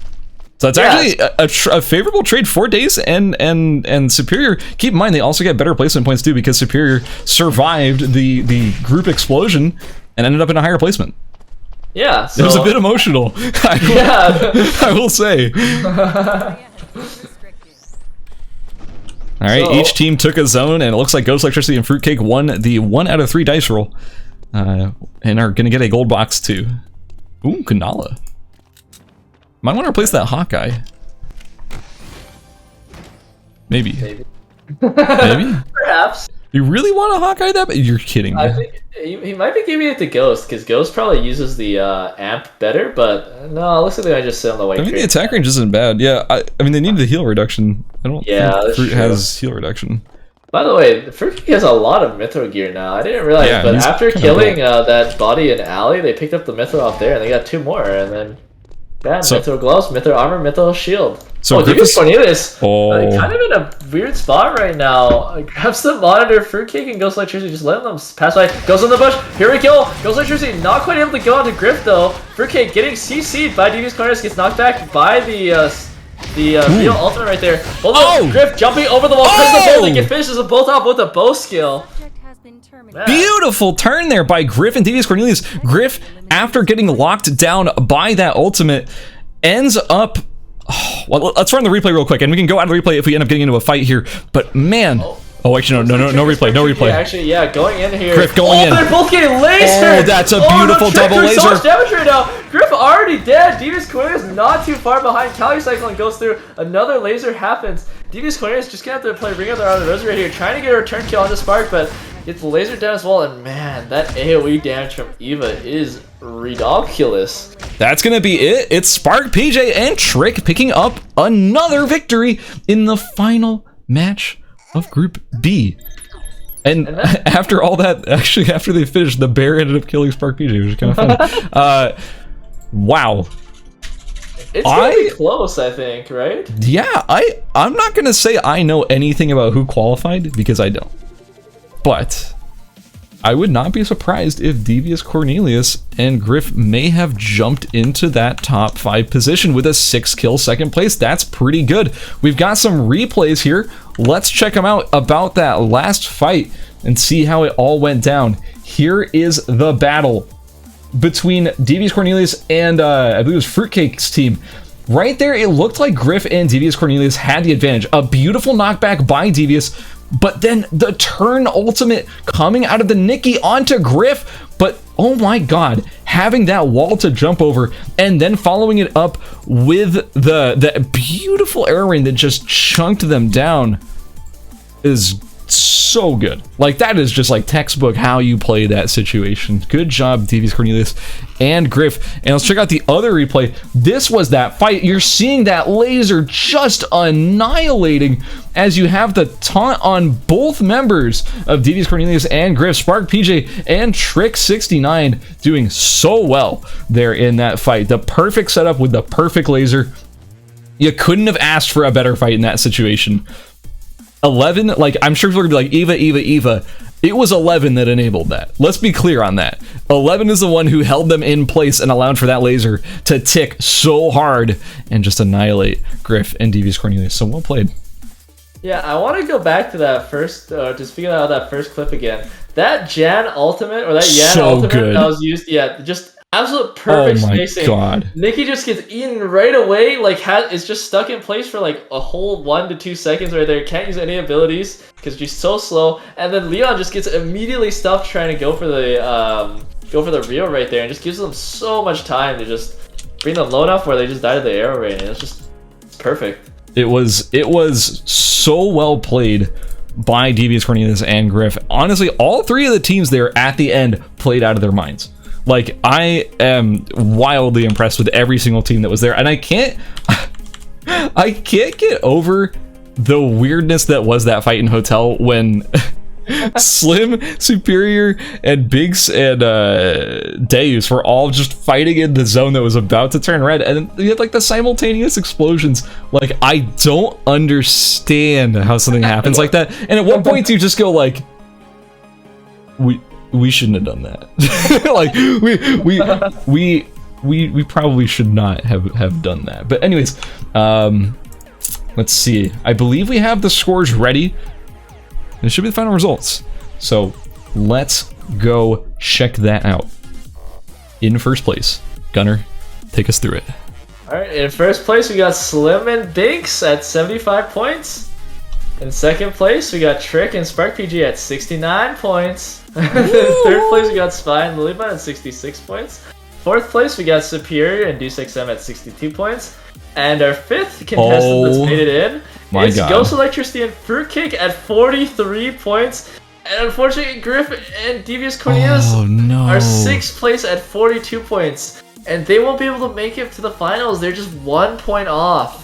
Oh, that is heartbreaking to miss the cutoff by 1 point. Climbing up all the way from, I believe it was last place, leaving game number 2 with 4 points. Yeah, to just miss the cutoff by 1. Yeah, so close right there. If they had won that last fight, they actually would have made it. That's crazy. Yeah, if they had just killed one person in that last fight, like they would have got it. They didn't even need to win. Just That's so heartbreaking, there, yeah. man. Well, but still, GG's to them. GG's to them, and congratulations to our top 5 for making it in the tiebreaker between Group A and Group B. It was Ghost Electricity and Fruitcake who ended up with more points, so they will end up qualifying. So that is our top 5 for Group B, and that means we do have our top well, not top. We have our qualifiers for the finals that are going to be taking place next weekend on the official Nimble Neuron channel at 4 p.m. PST. Be there. You do not want to miss it. The teams that have qualified are going to be, hold on, let me double check so I don't mess this up. Water Fudge and Pie Master, Free Stratos and I'm Dominating, Nazimi and Miyazroy, Everite and Passant, Slim 13 and Binks, Trick 69 and Spark PJ, Spy and Lilybun, Superior and Deus XM, and Ghost Electricity and Fruitcake. That is going to be our finals for the ERCS Duos event. We've concluded the semifinals. Thank you all for joining us. Dude, these were some insane games. Yeah, this is crazy to watch. I honestly didn't think duos would be like, this duos tournament would be that exciting, but it's kind of blown me away, even duos as is like good. A caster watching in. Yeah, I mean, we've seen so many like unique team comps. Like, I feel like almost every team is just running something completely different. Most of the winners from the lobbies are also completely different. Like, we aren't really seeing like too many similar things. Of course, there's a couple standouts, maybe like 11, like Shukai, but overall, it's been like really. It's diverse. Pleasure to watch, yeah. Duos is genuinely diverse. It doesn't feel solved at all. I feel like there's a ton of room for people to explore it and have fun, especially with new compositions. You can play what you enjoy as long as you have fun with it and have some synergy with your teammate. You'll probably do a little bit better. But yeah, duos is fun. Guys, go play duos. Go queue duos. Yeah. That's going to be sort of it for us over here. I want to give a couple of quick shout outs before we sign off the cast for the day. I want to give a huge shout out to Gunner sitting next to me. I can't tell if he's to my left or to my right because I actually forgot at this point, but thank you, Gunner, for being here. Any final words, shout outs, things like that? Honestly, just thank you all for playing. I mean, I've been away from ERBS for a little bit, but honestly, this tournament is bringing back in. It's been a pleasure to watch. Thank you everyone for watching. Thanks for having me on. I always love casting these scaz, and yeah, that's by it all for means. me. Well, excellent, man. I genuinely really enjoy casting with you. It was a great time. I also want to give a huge shout out to Alteris over on my left physically, who has been running the cast behind the scenes, has basically been handling the entire production. We couldn't do without you. So thank you so much, Alteris. You're doing great work. Huge shout out to the tournament mods who have been also doing a bunch of stuff behind the scenes. Player organization. If you've been playing in the tournament, you've been dealing with them. They've been helping you out through the entire process, making the lobbies, organizing the players, doing check-ins, all that stuff, making sure all the scores get recorded properly. So thank you so much, our tournament mods. We love you so much. And also, one final thank you to the community. Thank you all for joining us and watching this broadcast and supporting Eternal Return Esports. We couldn't do it without you. So go out there and queue ranked after this broadcast and keep queuing ranked because we would love to have you in our games. Thank you so much for watching. Have a wonderful evening.